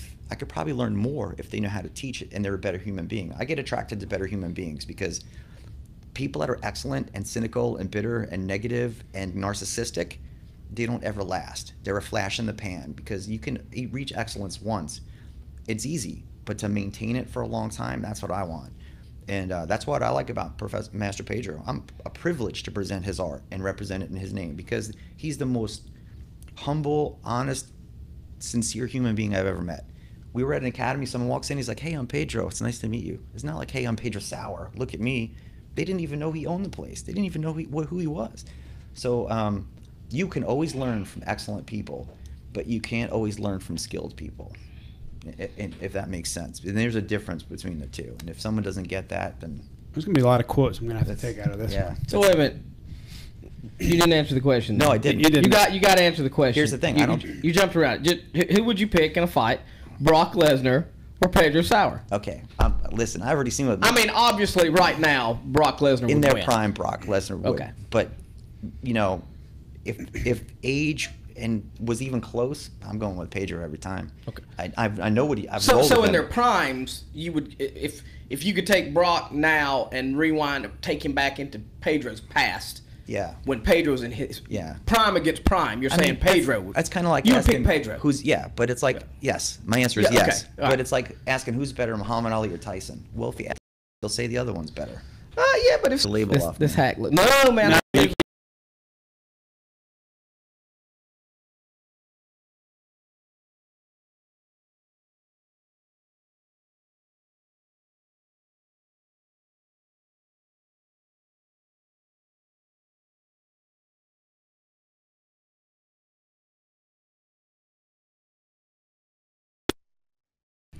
Ah, There you go. so now you got me bothered. I'm gonna leave that on there. All right, leave it on there. It I'll looks leave that good, on there man. for That's what all the cool kids are doing these days. Yeah. This is. The hat it makes you cooler. Yeah. This is all you Carolina Panther the kitty cats, the Carolina kitty cats. This is what real men wear. And I know you won't say anything since you guys took us off your schedule since we've spanked that butt the last 2 times, once in the Super Bowl and then the first game of the year the following season. And so I know it's okay. You'll look at this and put respect on my name, Denver Broncos. It's okay. It's okay. Giants, anyway. All right. Yeah. Well, you're from Yeah, New I'm a York, Giants right? fan, yeah. So do you like the Knicks? I don't watch basketball. Oh, you don't at watch all. basketball at Mhm. all? Okay. So just football usually. Just football? Mhm. Now, let me ask you a question about that. One of my friends told me that the New York Giants and the New York Jets played in the same stadium. Yeah, sometimes. So the Jets and Mets are more from Long Island, even though the Shea Stadium's in Queens, and the Giants, the football Giants and the baseball Giants, right? So Giants are usually considered more of a city team, New Jersey team, and the Jets are more of a Long Island team. And they played in the same stadium. Yeah. So, So What about the and locker rooms? They don't even play in New York. They play in New Jersey. Mm-hmm. so I wonder how they did the locker rooms. Because, like, like if you go to Carolina Panthers Stadium, Yeah. and obviously I'm not a player, but I've seen, like, footage and video and Yeah. photos of, like, their locker rooms. Their locker rooms are decked out for I don't the know, Panthers. man. I wonder how in the heck they do the Giants and the Jets playing in the same stadium. I mean, what do they just... But not always. They also travel too. So Well, yeah, don't I how they know, work but it like, out, you know. but you see what I'm saying? Like the facilities in most stadiums, I don't know, like man. there's Cowboy stuff all through the training room, the fitness room, everything is Cowboys at Dallas Stadium. Everything in Denver is Broncos, the floor, the carpet, everything. I wonder how they did that with the Jets and the Giants, man. If anybody there's from New I York, don't know that. Yeah, I don't watch. and knows, man, I don't know I- that much about football. So. Man. I mean, I'll watch a game here and there, but usually it's just. you okay, man? What? I'm checking. There's an issue with Wi-Fi. Oh, okay. Oh, here we go again. This happened last week. This happened last week. Okay. I mean, hopefully we're still live. Maybe you have so many people watching that the bandwidth is. You did crash us actually. We'd like to think that, right? Well, we're fix still it. live on the podcast. Oh, okay. You just wanted to check. Okay. So, what do you think? So this is from R. Palumbo. Okay. I've seen. What is your opinion on Kanye West suggesting slavery was a choice? Did you see this? No, I didn't. But You didn't see this? no. Yeah, you look just as confused as I did. Yeah, I don't know what he's Did talking you about. Did you see this, Nick? No, not until you sent it. But I will say I know who Kanye West is, and I don't know enough about him to even.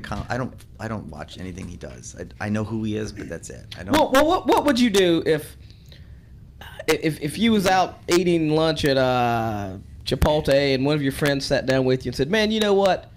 I've been thinking about this, and I think the black slaves wanted to be slaves. I think they enjoyed it. They were well taken care of, and So I mean, what would be your response to something like I think that? my first response would be a dumbfounded, silent, open stare. Like, did Yeah. you really just say that? That's how I looked at the TV. So That was just like that. yeah, and so I was like, is this a joke? Yeah, I wouldn't. I don't think I could comprehend or understand that would actually be a legitimate, serious question. I'm sure people think that, but I would probably say you should try it and then come and figure it out for yourself. I don't think that's. I don't know anyone that was like, oh, I'm going to jump at the chance. That's ridiculous. I mean, I think his exact words was, he was sort of like being cynical, and he was like, all of y'all was slaves. Really? Everybody was slaves? As if to say, you guys, all of you couldn't have stopped slavery if you'd really wanted to. You could have. You enjoyed it. You know, I was flabbergasted when I saw it. I couldn't believe that any logical who could come to that conclusion? Would even come to that conclusion. Yeah. How does that even happen? There's nothing logical about that. Yeah. I mean, that just... Especially an African-American male. That just... Or African-American, period. It wouldn't have to be male or female. I mean, that just blew just my in general. mind. In general, that blew my mind. I think I would just be dumbfounded and be like... I thought it was a joke. Yeah, I would think it was... You guys really didn't see that? No. Not until you said it. Mm-mm. I don't keep up. Well, you know, on your end... You know, I can completely understand why you wouldn't have seen it. On his end, he received the notes to the show earlier, which goes to show you once again my original point of he's not a dope producer like Dr. Dre. I told you. I didn't see it. How did that question get until you sent he would have looked it up. I did look it up. He would have Googled. Well, I just asked you if you saw it. You and said no. I didn't. I said I didn't send it. I didn't see it until you sent it to me. Can you play part of the we will get kicked off. We'd get kicked off of YouTube if we played that. Man, for copyrights? Yeah. Kanye I'm West. fighting somebody. I'm fighting. I'll tell you what, though. Why don't we, AMG right now on that on 50 Cent. Let's invest our energy in something a little more like positive, beneficial, and relevant than Kanye West's rant. Well, it's controversial, so it's beneficial to the podcast. That's why we're bringing it up. Right. So, have you ever fought MMA? No. Okay. I have had some challenge. People walk in and challenge me, like for sure. You've had people walk into your at where you're at now? Not where I'm at now. Before, yeah. Walked into your academy. Yeah. Mm-hmm. Like how long ago was this? 10 years ago.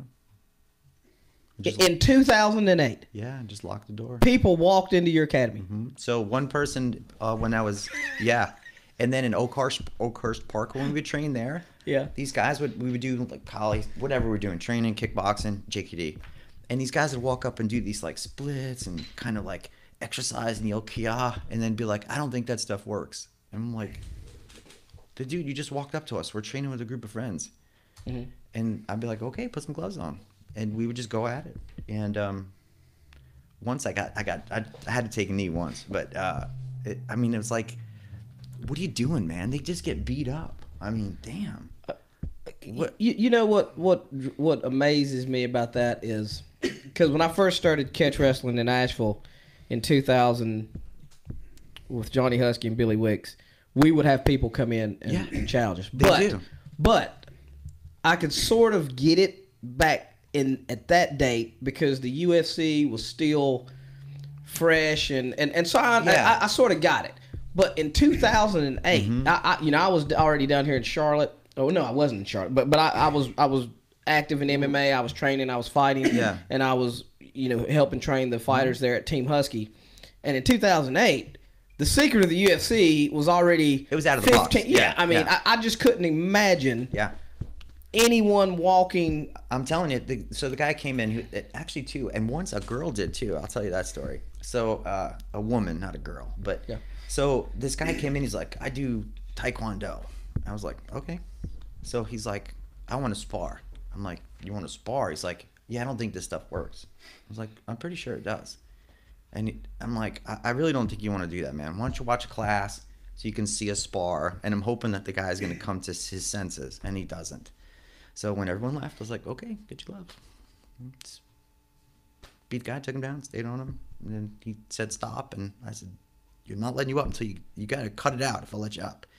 And he's like, okay. And then he got up and he's like, I want to do it again. I was like, I'm telling you right now, you don't want to do it again. And then there was some talking and the guy left. And he was like, I'm going to be back. And, it was around 10 years. I don't know exactly. Then he got mad? But yeah, he got mad and left. And I was like, man, so it probably wasn't the best idea, but and then younger. You took me down. I'm telling. I'll be back. And then you have the guys that are like, you can't take me down. Nobody can take. I'm like, you're gonna get taken down. Nobody can take me down, dude. You're gonna get taken down.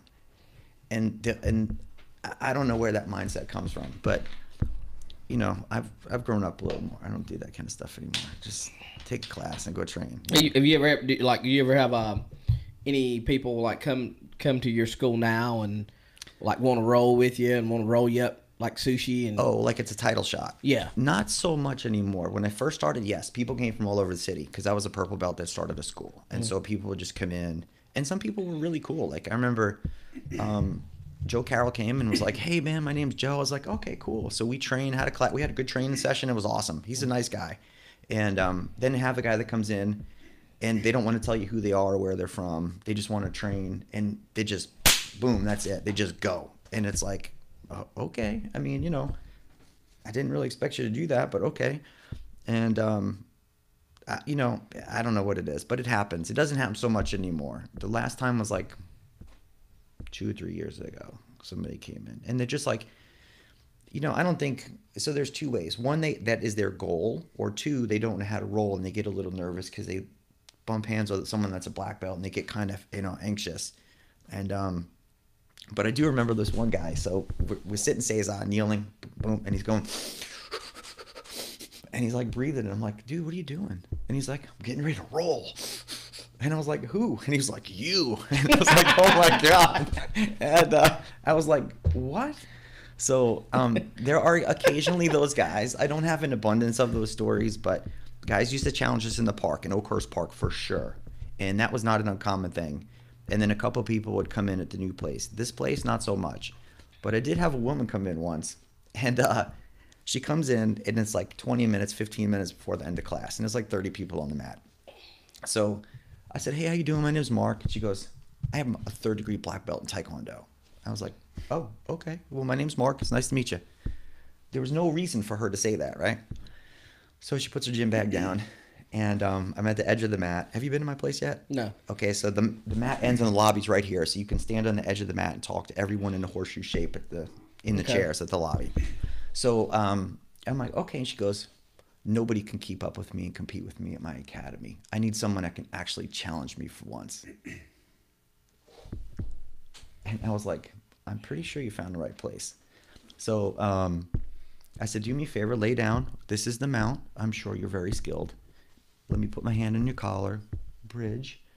So she goes, I would Kimura you from here, okay? And I'm like, Kimura me? Like, I'm in the mount with my hand in your collar. And she goes, I know. And I was like, okay. So she goes, do it again. So she bridged. I did the same thing. I said, by the way, I can get your arm. And I'm pretty chill. Like, you know, I don't get upset too often. It takes a lot to get me upset. So I said, okay, look up, look over. And I gave her some tips. And I said, okay, I'm going to go over here. And I let go and I turn around. And she jumps on my back and starts scratching my face and my neck. And all I feel is these fingernails and like arms around my face. So I grab her by the arm and I do like Ippon Seonagi from the knees. So I throw her over. I get her in reverse case and my face is like stinging. And I'm like, are you kidding me? So my whole class stops and they're all looking at us like this. And my student's like, what is going on? I was like, oh no, it's okay. Keep going. My face is all red. I go home. My wife was like, what happened? And I was like, I had scratches all over my neck. So what did you do? I was going to say. So What did you I held it down in reverse case Katami. And so I just started like touching her stomach like this. And I was like, man, cut it out. Calm down. Breathe. And she started like panicking because she realized she couldn't move. And so I said, look, breathe. You got to calm down before I let you out. So she started to calm down, and she got up, and you could tell, like, the adrenaline was pumping.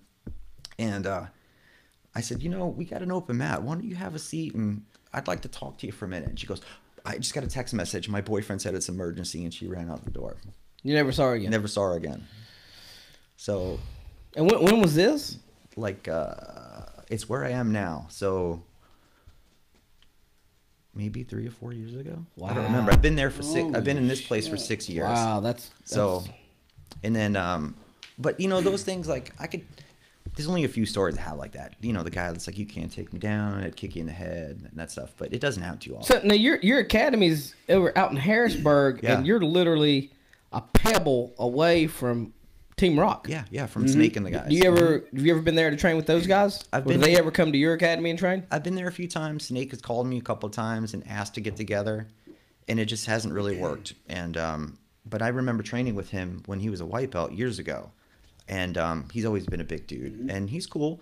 And he was like, I think he was getting ready for his black belt test, and he was trying to find people to help him like train and review material with. And I said, man, you can come over, you know, if you want. We're just right down the block. And he's always welcome, but we haven't trained together. Some of his guys have come over once in a while, and some of my guys have gone over there, and they've had good experiences. So I don't have animosity towards like people that I don't even consider him a competitor. We have just a different vibe. But there's 4 places within a quarter mile of my academy. Well, who's the other two? There's a Krav Maga place. There was Paul Boo had a place out there, and he closed it years ago. And then there's Snake, the Team Rock, and then us. So, and then there's some other place. It's a karate school. I don't know what they teach. Okay. But that's it. And they're all within like, I'd say a quarter, maybe to a third of a mile. Really? Yeah. But it's good. I mean, we have, 200 students. We have probably the biggest kids program I know of. Man, that's so over 100 kids. Yeah. Man. So, speaking of, other academies and in the area, here's an email I want to read to you. This is from Ed. Mm-hmm. And he says, and actually, you may know this guy. I want to say Millennium Martial Arts or something like that. I don't know. He says, in our area, there seems to be a lot of BJJ politics, whether it be certain names or affiliations or whatever. How do you handle this being one of the largest schools in the Metrolina area? Do you stay out of it, rise above it, or what? So in every discipline area or kind of group in life, there's always going to be a handful of people that seem to be at the center of all the drama. And in my particular case, I don't get caught up in drama. I don't get involved with politics. And if I visit an academy or someone comes and they start complaining about other people, I shut down the conversation. I'm done. If you bring that kind of environment into mine, it's poison. It's cancerous. I don't want it. Cut it out. Gone. I don't care who you train with. I have people that train at 2 academies. Just pick who you want rank under. I don't care. Just come in and have a good time. And your jiu-jitsu is going to get better. There's no secrets in jiu-jitsu. I don't buy into that whole political, you can't train here, you can't. Dude, go train. This is your home. Travel, go out, come see the world. Go see the world and come back home. I don't care if you're my friend or not. You don't even have to like me as an instructor. If you show up and you do your work and you can execute it and you know it, you get your belt. I don't understand. I think it's unprofessional to get caught up in politics. But in every group, there's always every community, I should say, there's always a core group of people that stir that up. And I think that comes down to that same phrase is what you encourage, you multiply.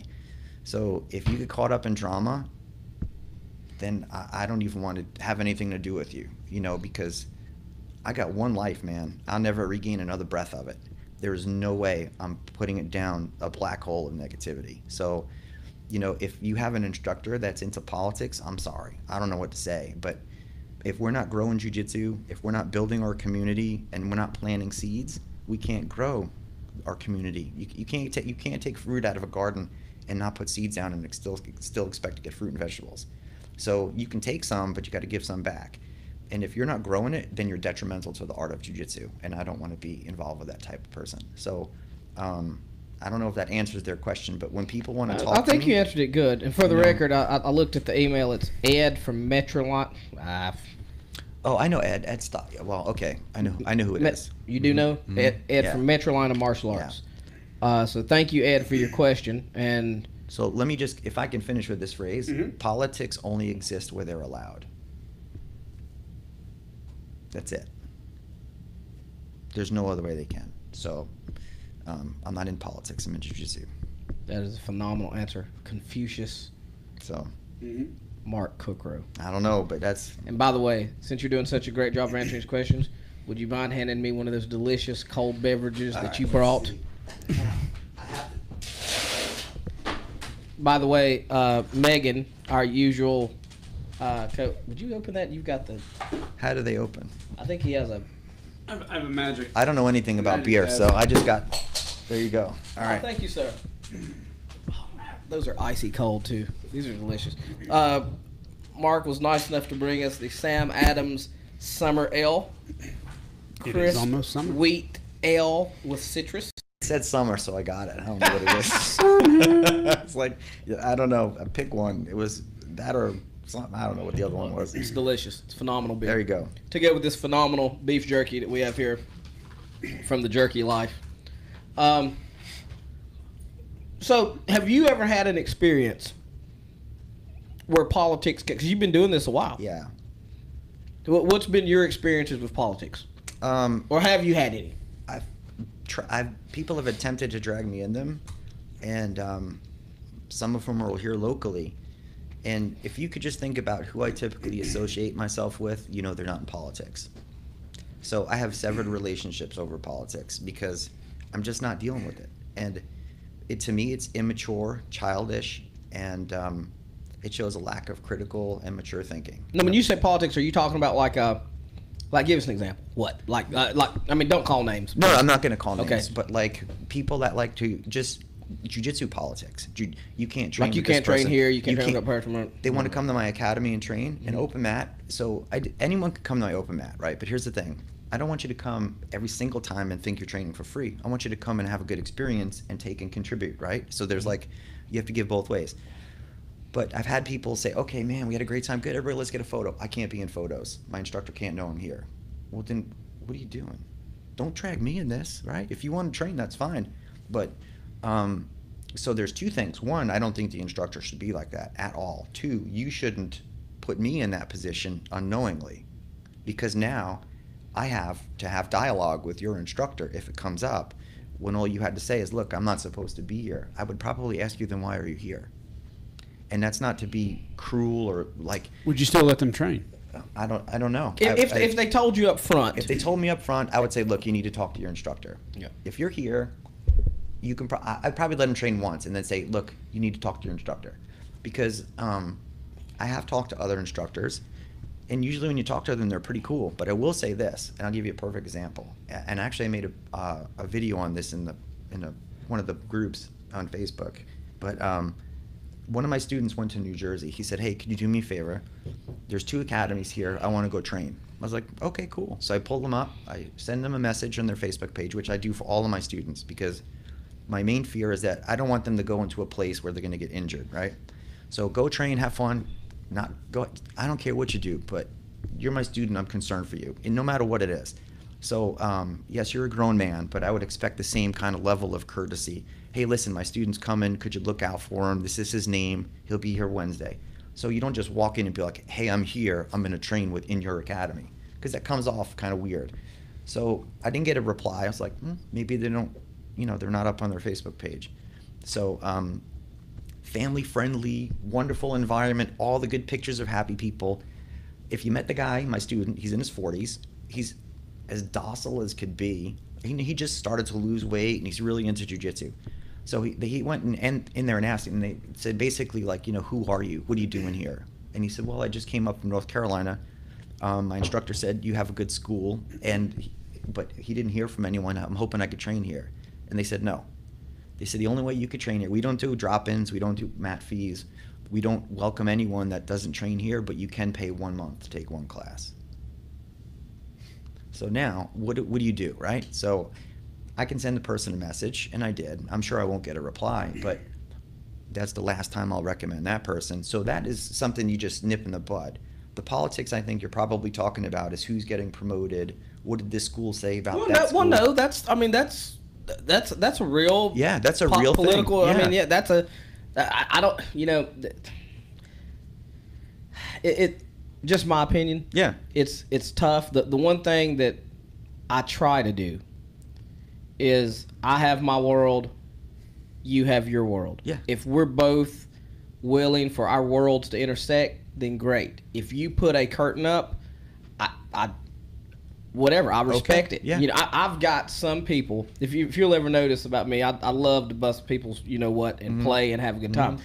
But if you'll ever notice, it's usually with people that if you'll see me at Naga, I'm talking to that person. Or you see me at IBJJF, I'm talking to that person. And, I bust Steve Hall's balls all the time. But I talk to Steve Hall, and I shouldn't be giving this away. I talk to Steve Hall privately on Messenger. I talk to her in person. when he was on the mat here at my academy for the Geese for GIs, I have respect for Steve Hall. And I hope, well, I know for a fact he understands that. He knows that. And he knows that usually when I'm playing, like I'm putting a video up of it. I'm sure he knows. But some people, sometimes his students, they think, oh my God, Cornbread said this and blah, blah, blah, blah, and he don't like Steve Hall, blah, blah, blah. But it's not like that. Now, there's some people in Charlotte, our paths, our lives, our jiu-jitsu journeys, for whatever reason, is whether it's because we feel that way, they're not meant to intersect, and I respect that, and I don't mention them, I don't play with them, I don't mention their name on my podcast, I don't mention my name, and I don't have any interaction with them whatsoever, period, end of story. No. And I keep it that way for a reason, because I know that if I go the other way, something bad's going to happen. Well, but I'll give you an example. There is an academy in North Carolina, and one of my students messaged me and was very upset that they can't go to that academy because their friend trains there. Okay. And their friend's instructor has been verbally, outright in front of everybody at his academy, you guys do not go to Cornbread school. We do not train with Cornbread. My instructor and his instructor don't get along, never got along, period, end of story. It's, we don't go to their seminars, we don't do this, we don't do that, blah, blah, blah, blah, blah. And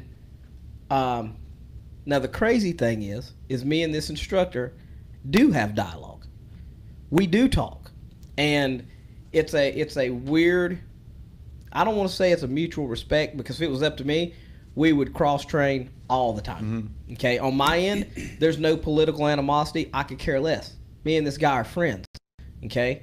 But when it comes to jiu-jitsu, I don't want to say we're not friends, but I guess that's what it is. Yeah. And so when my student's telling me this story, the only choice I had was to say to them, leave it alone. Mm-hmm. Don't go up there. Don't ask to go up there. Don't talk to their students about going up there.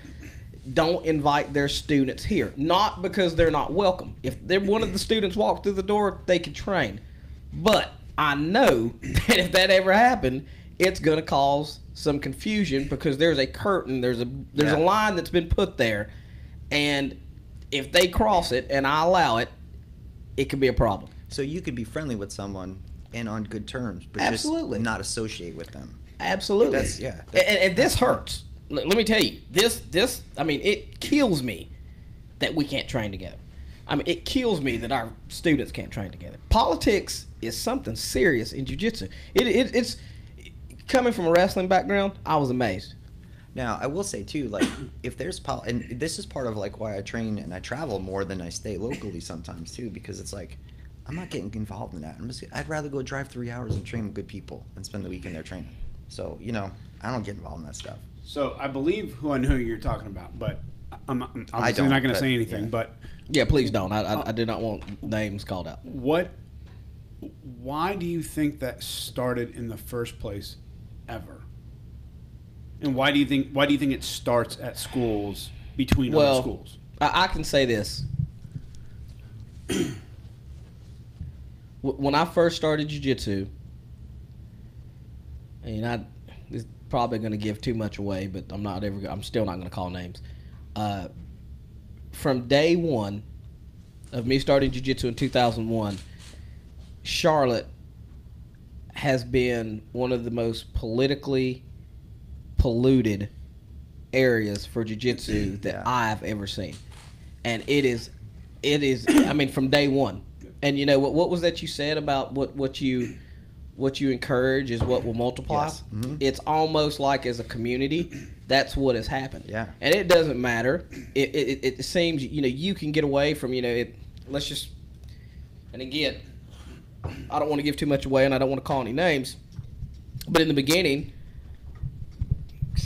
or the beginning that everybody remembers, here there was Hoist, and then Hoist and Gracie Baja. Mm-hmm. And the weird thing is now, there's not many I mean, there's Hoist schools. There's not many Gracie Barra schools. I mean, but it doesn't matter in Charlotte. You can get away from people branched off away from the Hoist network and the Gracie Barra network, and have went to Pedro Sauer and Checkmat and Autos and Unity and Roberto Travern and all these different affiliations, and the politics has still followed, and a lot of the politics goes back. You can usually trace it back in some form, fashion, or shape to a family member, to back into that 2000, 2001 time frame where the drama just seemed to really take off. I mean, I've had as recent as this year people bring up arguments from Reddit and Sherdog MMA TV. Remember MMA TV? I mean, it was just. I mean, just you can go back and read it, and you'd be like, who in the hell would even go and say something this stupid when you know that it can be narrowed down to who it was? But then you look. I mean, they were putting their names, and I mean, and people don't forget. Or you look at that Facebook. We were talking about the Scott Shields thing. Yeah. No, the Scott Shields thing. That was crazy. Crazy. That was one of the craziest damn things I've ever read in my entire life. Yep. The Scott Shields thread, the Joe Hurst thread. But as much as because I started with Joe, but I remember back in the beginning when Joe was cemented and Louis Togno first came in, and it was reversed. Everybody from Joe's was giving Louis a hard time. Who did this guy get his belt from? Well, Hoist and such says they don't know this guy, and Louis is a fraud, and blah blah blah blah. And then 3 or 4 years later, it was reversed. Well, Joe's a fraud because this person gave him his black belt. And I remember, I lived in Asheville, so I just got the bits and pieces. I would come down to train, and half the damn time would be spent talking about who said what. And I remember just thinking to myself, because again, coming from a wrestling background and then coming into the catch wrestling, where there was no politics. Because now it is, but back then it wasn't. Yeah, right. back then it wasn't. I mean, hell, I didn't even know that there was any other catch can that there was none as far as I knew. Yeah. So the only politics we had in catch can was who was going to break legs that day. We just trained. But when I came down here for jiu-jitsu, I was like, man, this is like a damn soap opera, man. First off, I didn't even know in jiu-jitsu that there was any other jiu-jitsu other than Hoist. Oh yeah. No, there's lots of it. Everybody thought it was Hoist. I thought it was just the Gracies, and I thought I had discovered the art of jiu-jitsu, and it was only Hoist Gracie, and I actually thought Hoist Gracie was the only Gracie. I didn't know. I didn't know. Well, a lot of us did, honestly. No. And then I get down here and I find people's talking about the brothers and this and that, and then they said something about Henzo, and then I try to research Henzo, and then I notice he's got a different gi on than Hoist, and I'm like, well, man, who is this? And somebody says something about Baja Beach, and I'm like, whoa, this is deep. But politics, man, in Charlotte. It's easier sometimes to just travel and go train than get involved in local politics. Yeah. I mean, I've trained with Louis. I remember Joe's white belt, right? It was Fernando Salvador, Joe, and me were and then a couple other people were the first core group. And then when I started a family, I took some time off and other people moved into the town. But I mean, for me personally, the only time I don't have enough time to go to everybody else's academy. It's a challenge because I'm running a business. And I would like to visit every single person, but it's not going to happen. It's just it's not possible. And so, but I mean, there's a lot. I've never had a bad experience with people that own schools in Charlotte. Now, I've pretty much trained with everybody that I can think of, and those that don't come, that's up to them. It's not, Have you ever been to the Pipe Doctor School? No, he came to my place though. You talking about John Piper? John Piper. He came to my place. William Johnson came. Willie Johnson came to your school? A couple times, yeah. And he's a fun dude. That's my man, Willie Johnson. And of course, Joe Carroll came. Who else came? Of course, Scott Clausen comes all the time. He's a good trainer. He's a good dude. He's a good friend of mine. We train a lot. I don't know who else. A lot. Pretty much Diogo, the Gracie Baja guy. Do you know what I'm talking about? De Silva. Yeah. He came. He trained a couple times. He brought his instructor to my place. Steve Hall's been to my place a few times. John Plyler's been to my place. Although John and I didn't train, but Dave Mansell would come when he was training. I don't know what he's doing now. Pretty much, I've trained with as many people as I can, and most of them are pretty cool. But there's a saying. You think John Piper's cool? Well, I met John. He's setting you up if you're watching this. I met him and he was nice to me, so he was cool with me. But that's about it. And then of course Mario Aiello has some schools out here, so I've trained with all of his guys. And Fernando and I, he's in Cambodia right now, Fernando Salvador, and he and I have trained together for over 20 years, man. And then we have phases where we go in and out of each other's lives because like he's in Cambodia, whatever. But man, yeah, he's about as original as it gets in Charlotte. So him and Joe for sure. So Khalil Nasir says, as being the only Pedro Sauer black. Okay, first, hold on before I ask this question. Am I pronouncing Pedro Sauer? Is it Sauer? Sauer. Okay, I just want to make sure I'm saying his name correctly. I'm terrible about pronunciations. And that's all right. I didn't think, I'd never give it consideration that I might be pronouncing his name wrong until yesterday. And I was like, you know what? Have I been saying his name wrong? People do. So, yeah. Okay. Pedro Sauer, as being the only Pedro Sauer black belt in North Carolina affiliate, why did you choose to become a Pedro Sauer Why did you choose to become on Pedro Sauer headquarters in Virginia when you have skilled black belts local to Charlotte that can improve your skills on a daily basis? Same to Cornbread for choosing Checkmat. Thanks, Khalil. So I think it goes back to originally what I said is over the years, I just, when you know people and you have friends and like, man, I know you, I'm telling you should go meet Pedro Sauer. And now, since I had a great experience with Hickson, I've always wanted to train with Hickson or someone under him. And I've trained with Hickson a few times, and the guy's amazing. And he does stuff for Pedro Sauer, and I brought TC up there with me, actually. Roy Marsh went up there. Two awesome people, by the way. But once I met him and I watched him teach and the way he interacts, I knew immediately because I'm attracted to the vibe that he gives. You've heard the saying that your vibe is your tribe, right? The vibe that he gives off is he's as professional and as good of a human being as he can, and he wants to make everybody, sincerely wants to make everyone around him better. And if you can find that kind of authenticity and sincerity without politics and his level of jiu-jitsu, I'm training with you. And there is no question. How could you possibly question coming from the Pedro Sauer lineage? It's ridiculous. So it just, to me, doesn't get any better. And in addition to that, he's a great human being. So how could you not want to learn from him? I wanted to frame the question, but I think you just did that. Was in attention to the person and why you chose the person. And I guess now that you framed the question, what made you choose Checkmat? Well, mine's a little different because I did train under Joe Hurst here in Charlotte, all the way through to my black belt. Okay. So when I went to Checkmat, I was already a black belt. And how long were you black belt at that time? I literally hadn't been a black belt. Let me see. I got my black belt in February of 2014. And I don't think I had been a black belt. Maybe, man, it was inside of 3 months when I made the switch to Checkmat. So when you guys are new black belts, and I'm not digressing, I promise. When you go to another place and you have a black belt, does anybody question that, or is it just he's got a black belt, that's it?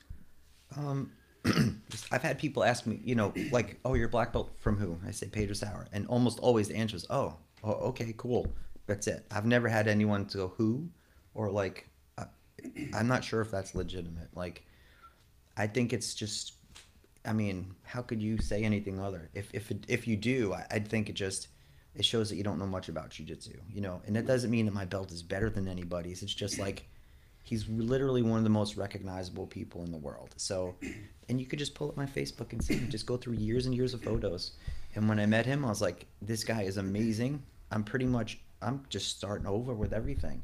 And I went and I learned all of the curriculum, and I stayed in my belt for a long time. And then I went through my belt progression. And so to me, it's all from him. But, and that does not mean that I discredit anyone else's input, but, I know what I want to represent, and then he's the epitome of that. So, and in addition to that, as a school owner, the resources that you get are amazing. Like, I mean, they help me grow my academy, you know, get students, learn how to teach. We have fantastic resources and programs, and that's immeasurable. And so to me, it was a no-brainer. But if you took away all of the resources and it was just him, I'd still train with him, 100%. So what about you going to Leo?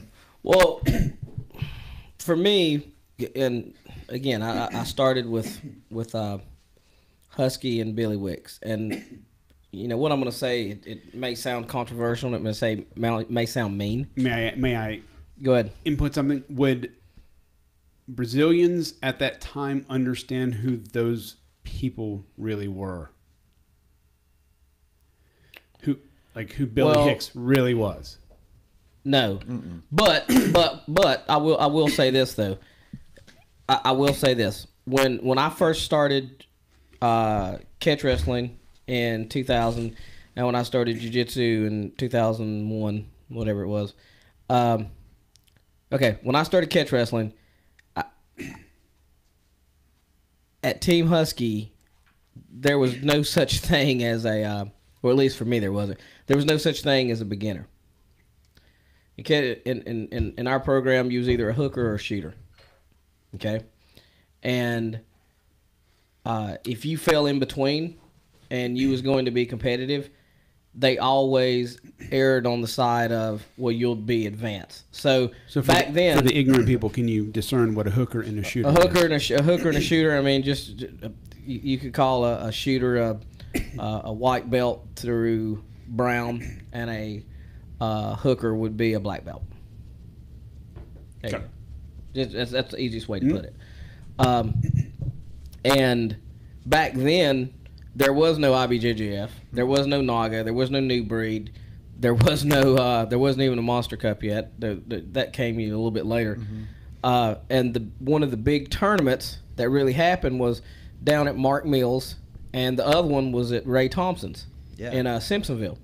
And you know, it's funny because we were talking about this at the seminar the other day, and it was awesome to have Master Ray Thompson sit on the side and compliment me in front of his students and his very high-level professional MMA fighters, and have that man say, and his exact words was, "Don't let that one stripe on his black belt fool you. He was a black belt 10 years ago." That meant a whole lot, because when I first started, he saw me compete at his tournament in the advanced division.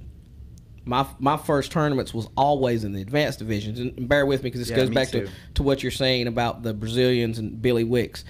But because there was no NAGA, no New Breed, everybody went to Mark Mills' tournament. Everybody went to Ray Thompson's tournament, including Jacare and Alliance, and including the Gracie Baja guys from Joe Hurst, and including the back then the Hoist, whatever he was, and the guys from down in Myrtle Beach. And I mean, there just wasn't a lot of jiu-jitsu, and everybody knew everybody. And the group in Tennessee with Casey Oxendine and all them. And so, you know, we had a couple core guys on our catch team that were highly competitive. One of them being Chris Rogers. We called him affectionately Shrek.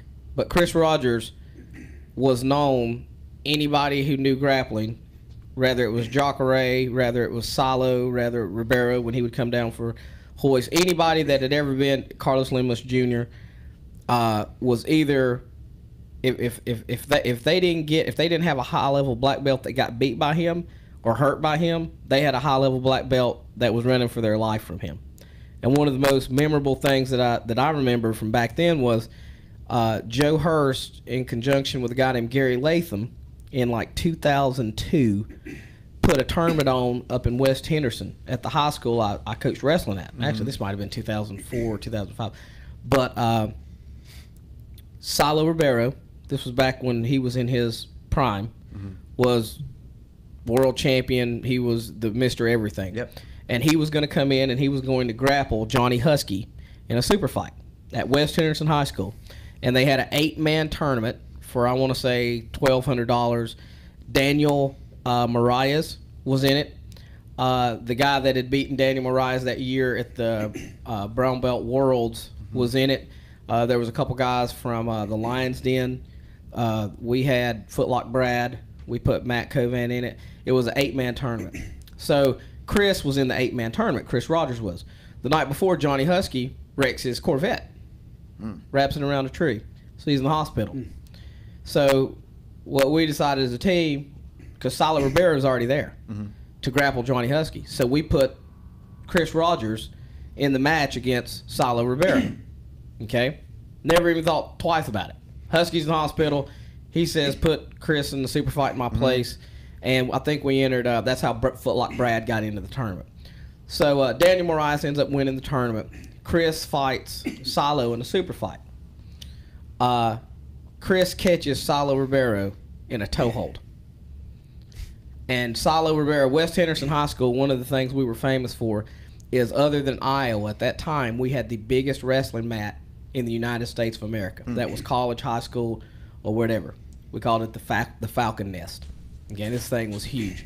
He catches Salo Ribeiro in a toe hold. Salo's rolling for his life. They roll off the mat. Okay, so this thing is, I don't know how far across. He rolls off the mat onto the gym floor, and then finally the referee is able to stop him. Okay, they come back. This is like 8-9 minutes into some serious grappling. Salo ends up taking his back, chokes Chris. No harm, no foul. After the match is over, we go out to a barbecue up at Rusty Hahn's house. And it's me, Rusty Hahn, Joe Hurst, Tito. I want to say Little Fernando was there with us. He probably would have been because he was there. He was in the tournament. Chris came, all the Husky guys. So we're all up there having a barbecue. And Salo and Daniel Moraes is there. Salo's having a couple cold beverages, and he's got his foot propped up on the chair in front of him. He's got this big ice pack on it, and we're all sitting there, hanging with Salo Ribeiro, world champion, blah blah blah blah. And Salo, he's not really talking to anybody but Chris. He's really talking. He's into Chris, okay? Because Chris just gave him a hell of a match. And as far as we know, man, we're like, man, Chris had him caught. And I've seen what Chris does to people when he catches their foot with his shin locks or whatever. And so we asked Salo, we said, hey, man, because what happened was Joe walked by and pulled his towel and ice pack off of his foot. And he was like, his ankle was that big, and it was purple and black. So and so we asked. I said to him, I said, sir, why didn't you tap? And he said exact words. I'll never forget this. He said, when I get caught, I think, it break, I no tap. It cripple, I tap. And I thought to myself, wow. Yeah. And he pointed at Chris and he said, world champion.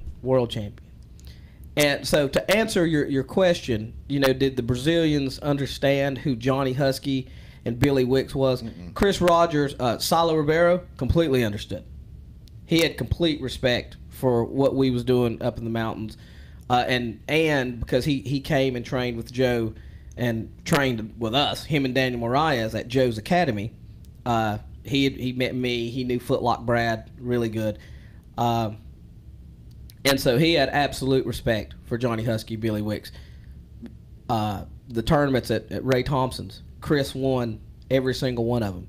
He and finally, Jacare, after watching multiple of his people fall victim to Chris at Ray Thompson's tournaments, he brought Ryan Ellis in at the last tournament of the year. Ryan won his middleweight division and beat Footlock Brad in the middleweight finals, and then the absolute, he beat Chris in the and what year absolute was this? Finals.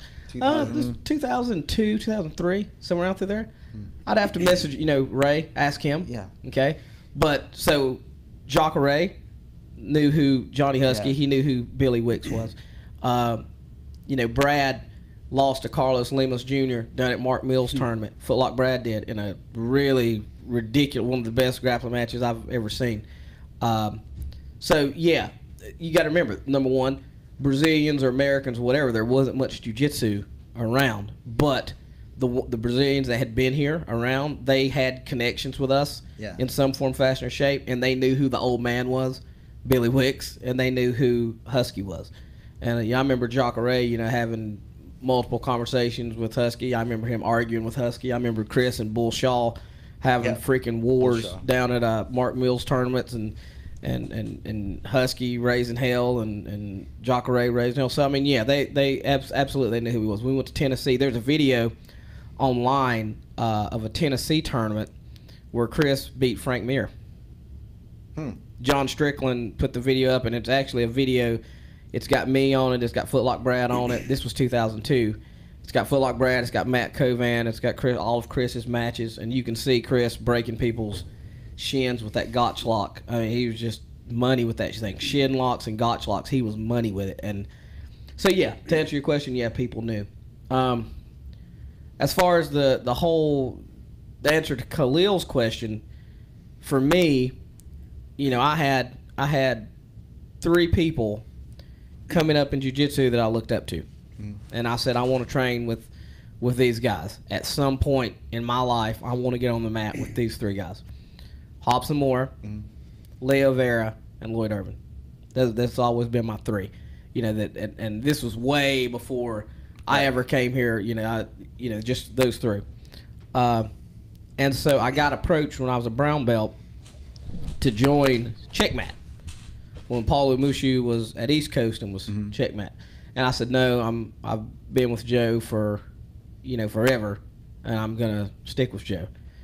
So I finally got my black belt, and then Joe wasn't really doing much. And never forget this. I rode down to the IBJJF Atlanta, me and Piper and Joe was saying that, with IBJJF and the degrees and this and that, and he just wasn't going to do anything, with it anymore. And Mushu come to me and said that he was moving to Florida, and they needed somebody to take over Checkmat. And I said, well, let me do 3 things before I say yes. I have to talk to my academy, I have to talk to my wife, and I have to talk to Joe Hurst. If all 3 say yes, then I'll do it. And all 3 gave me their blessing. So I went under Leo Vera. And one of the big reasons I went under Leo Vera, I thought in my mind, well, if I go under Leo Vera, that totally removes me from the politics.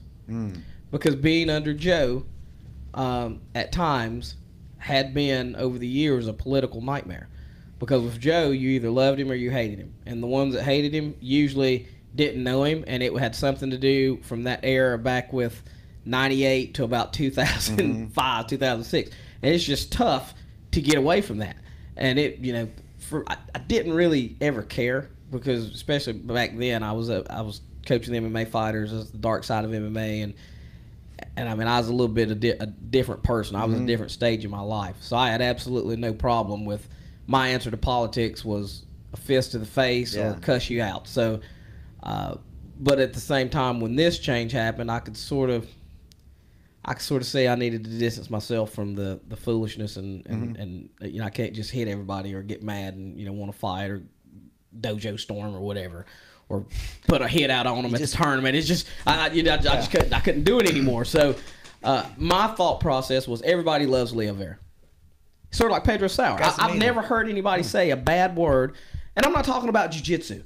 I'm talking about as a person. I've heard a lot of bad stuff about a lot of high-level black belts, but I've never heard anyone say anything bad about Pedro Sauer or Leo Vera. My famous saying is, if you don't like Pedro Sauer or you don't like Leo Vera, you don't like any of them. There's something wrong with Something's wrong with you. So that was my thought process. And not going too much into it, but, one thing I discovered, though, once I got in, and especially since I've opened a business, it's one thing to be part of a martial arts team and run an MMA team, and jiu-jitsu is sort of the subcategory. But when you commit to running a jiu-jitsu business, it's different. It's different. The culture here at this school is totally different than what I had over at Renegade on Dalton. I would never have. There is no way on earth some of the people that train here at this academy, like those little kids you saw this morning. I never had a kids program. I never had a kids program until I came here. You know that. Yeah. You've never heard of me teaching kids. Never, until now. And there was a reason. There was a reason. I said this last week or 2 weeks ago, and I felt terrible because Nicole took offense to it. But remember, I told Megan and you that when Nicole first started, I didn't want her at the gym, and it hurt her feelings when she heard it because she didn't understand what I was saying. What I meant to say, to clarify for viewers, and I've already cleared to her, but clarified to her, what I meant was I didn't feel that our environment was a safe environment for her to be there, and it wasn't just her; it was any female.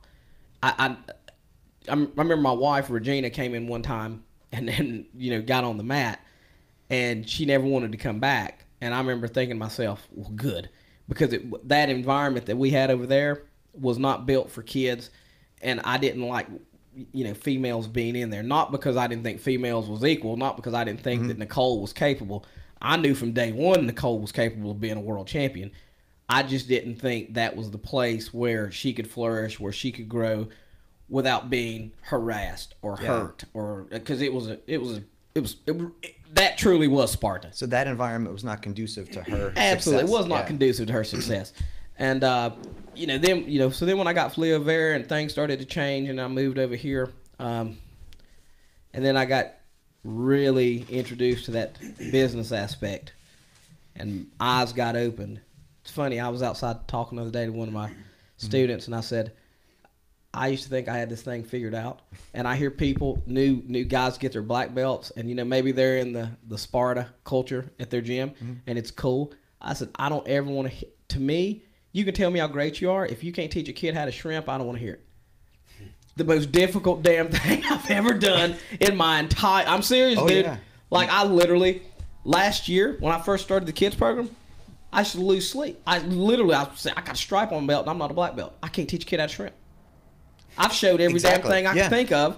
I've explained it every way that I've produced champions, and that 4-year-old not getting it. I stink. I'm terrible. Yeah. I'm awful. But honestly, when you get a black belt, do you not really feel like you just started over? I want to give it back so bad. Yeah, and that's a common thing because if you see the word finish, and really it says start on the other side. Yeah, and you're like, man, it's I think I looked at mine for a year before I was like, okay, I this is my belt. I represent it. I don't know about you, but it took about that long. I felt comfortable. I literally got comfortable and said to myself, I feel like a legitimate, true black belt probably here within the last 6 months. Yeah, you just settle in. Yeah. But then again, in the last year, I've introduced myself to aspects that I never even thought of. I never thought of the stuff. Yeah. And that's the running a business, trying to create a different culture. I always thought it was about beating the hell out of people, being the big dog in the room, and being able to hit the most sweeps, cool moves, and hold people down and gorilla base them. That was my, and then it evolved into, okay, well, and this is part of it, I think. Well, who have you produced? What have you produced? What not necessarily what have you won, but what are you putting out of your academy? Yeah. And then I patted myself on the back. Man, when I got over here, I'm telling you guys, I was like, dude, I'm ready to hang it up. Like I literally would. Sometimes I'd drive to work at 4:30 to come for the kids class, dreading it. It's one of the toughest. What in the world? Most rewarding things you'll do. Yeah. Yeah, for sure. Yeah. You're building a. You're building a future. Yeah, and a community that's strong. Do you have any other questions or? Yeah. You guys are rapping. I'm just listening. Yeah, I think I think we've answered all the questions. I think so. I think we've had fun, man. Yeah, I mean, I appreciate coming out here, and like for anyone that's listening, I don't know how many people are out there. I'm going to listen to this again and again. This and Jeremy Orell, are my two favorite podcasts. I can already tell right off the bat. Well, I appreciate it, and I just. Because if you look at students, like parents, they just want their kids to be good kids. Yeah. They don't really understand what jiu-jitsu is until they learn what jiu-jitsu is and they assimilate into it. But We do, right? And sometimes it's easy to forget that. But if you're a student, man, I'm telling Wait, you. can you say that again so that everyone can hear it? What's that? What you just said I don't. about the assimilation. Oh, so like people don't really know what jiu-jitsu is until they assimilate into it and understand it. So like a parent, they just want good kids. They don't care that their kid does jiu-jitsu. They've heard that this jiu-jitsu thing could help, right? So then once their kids get, because imagine like you get 100 kids all of a sudden, and it's all about their habits and their routines. They're making their bed. Yes, sir. Yes, ma'am. They're eating healthy food. They're putting down the bad food. They're being polite to kids that are mean to them, but confident at the same time. They tell a kid, look, cut it out, or it's going to be bad for you. The kid says it again. They take them down. They make them apologize. Now they're friends. So now everybody says don't pick on that kid. And anyone does get picked on, they go to their friend who's been taking jiu-jitsu for a year, and it multiplies. And we can't forget that as instructors, because people have no idea what it is until they're in it. And the same thing too, like when you look for an academy, you got to know what you're looking for, and you have to look at the things that are not just performance based, because medals don't fill an academy, and this is a big misconception. Good culture fills an academy. People that care fill an academy. People that are good to each other fill an academy. Nobody cares if you're the best on the team. They want to know if you're the best for the team, to the team, with the team, and represent the team that way.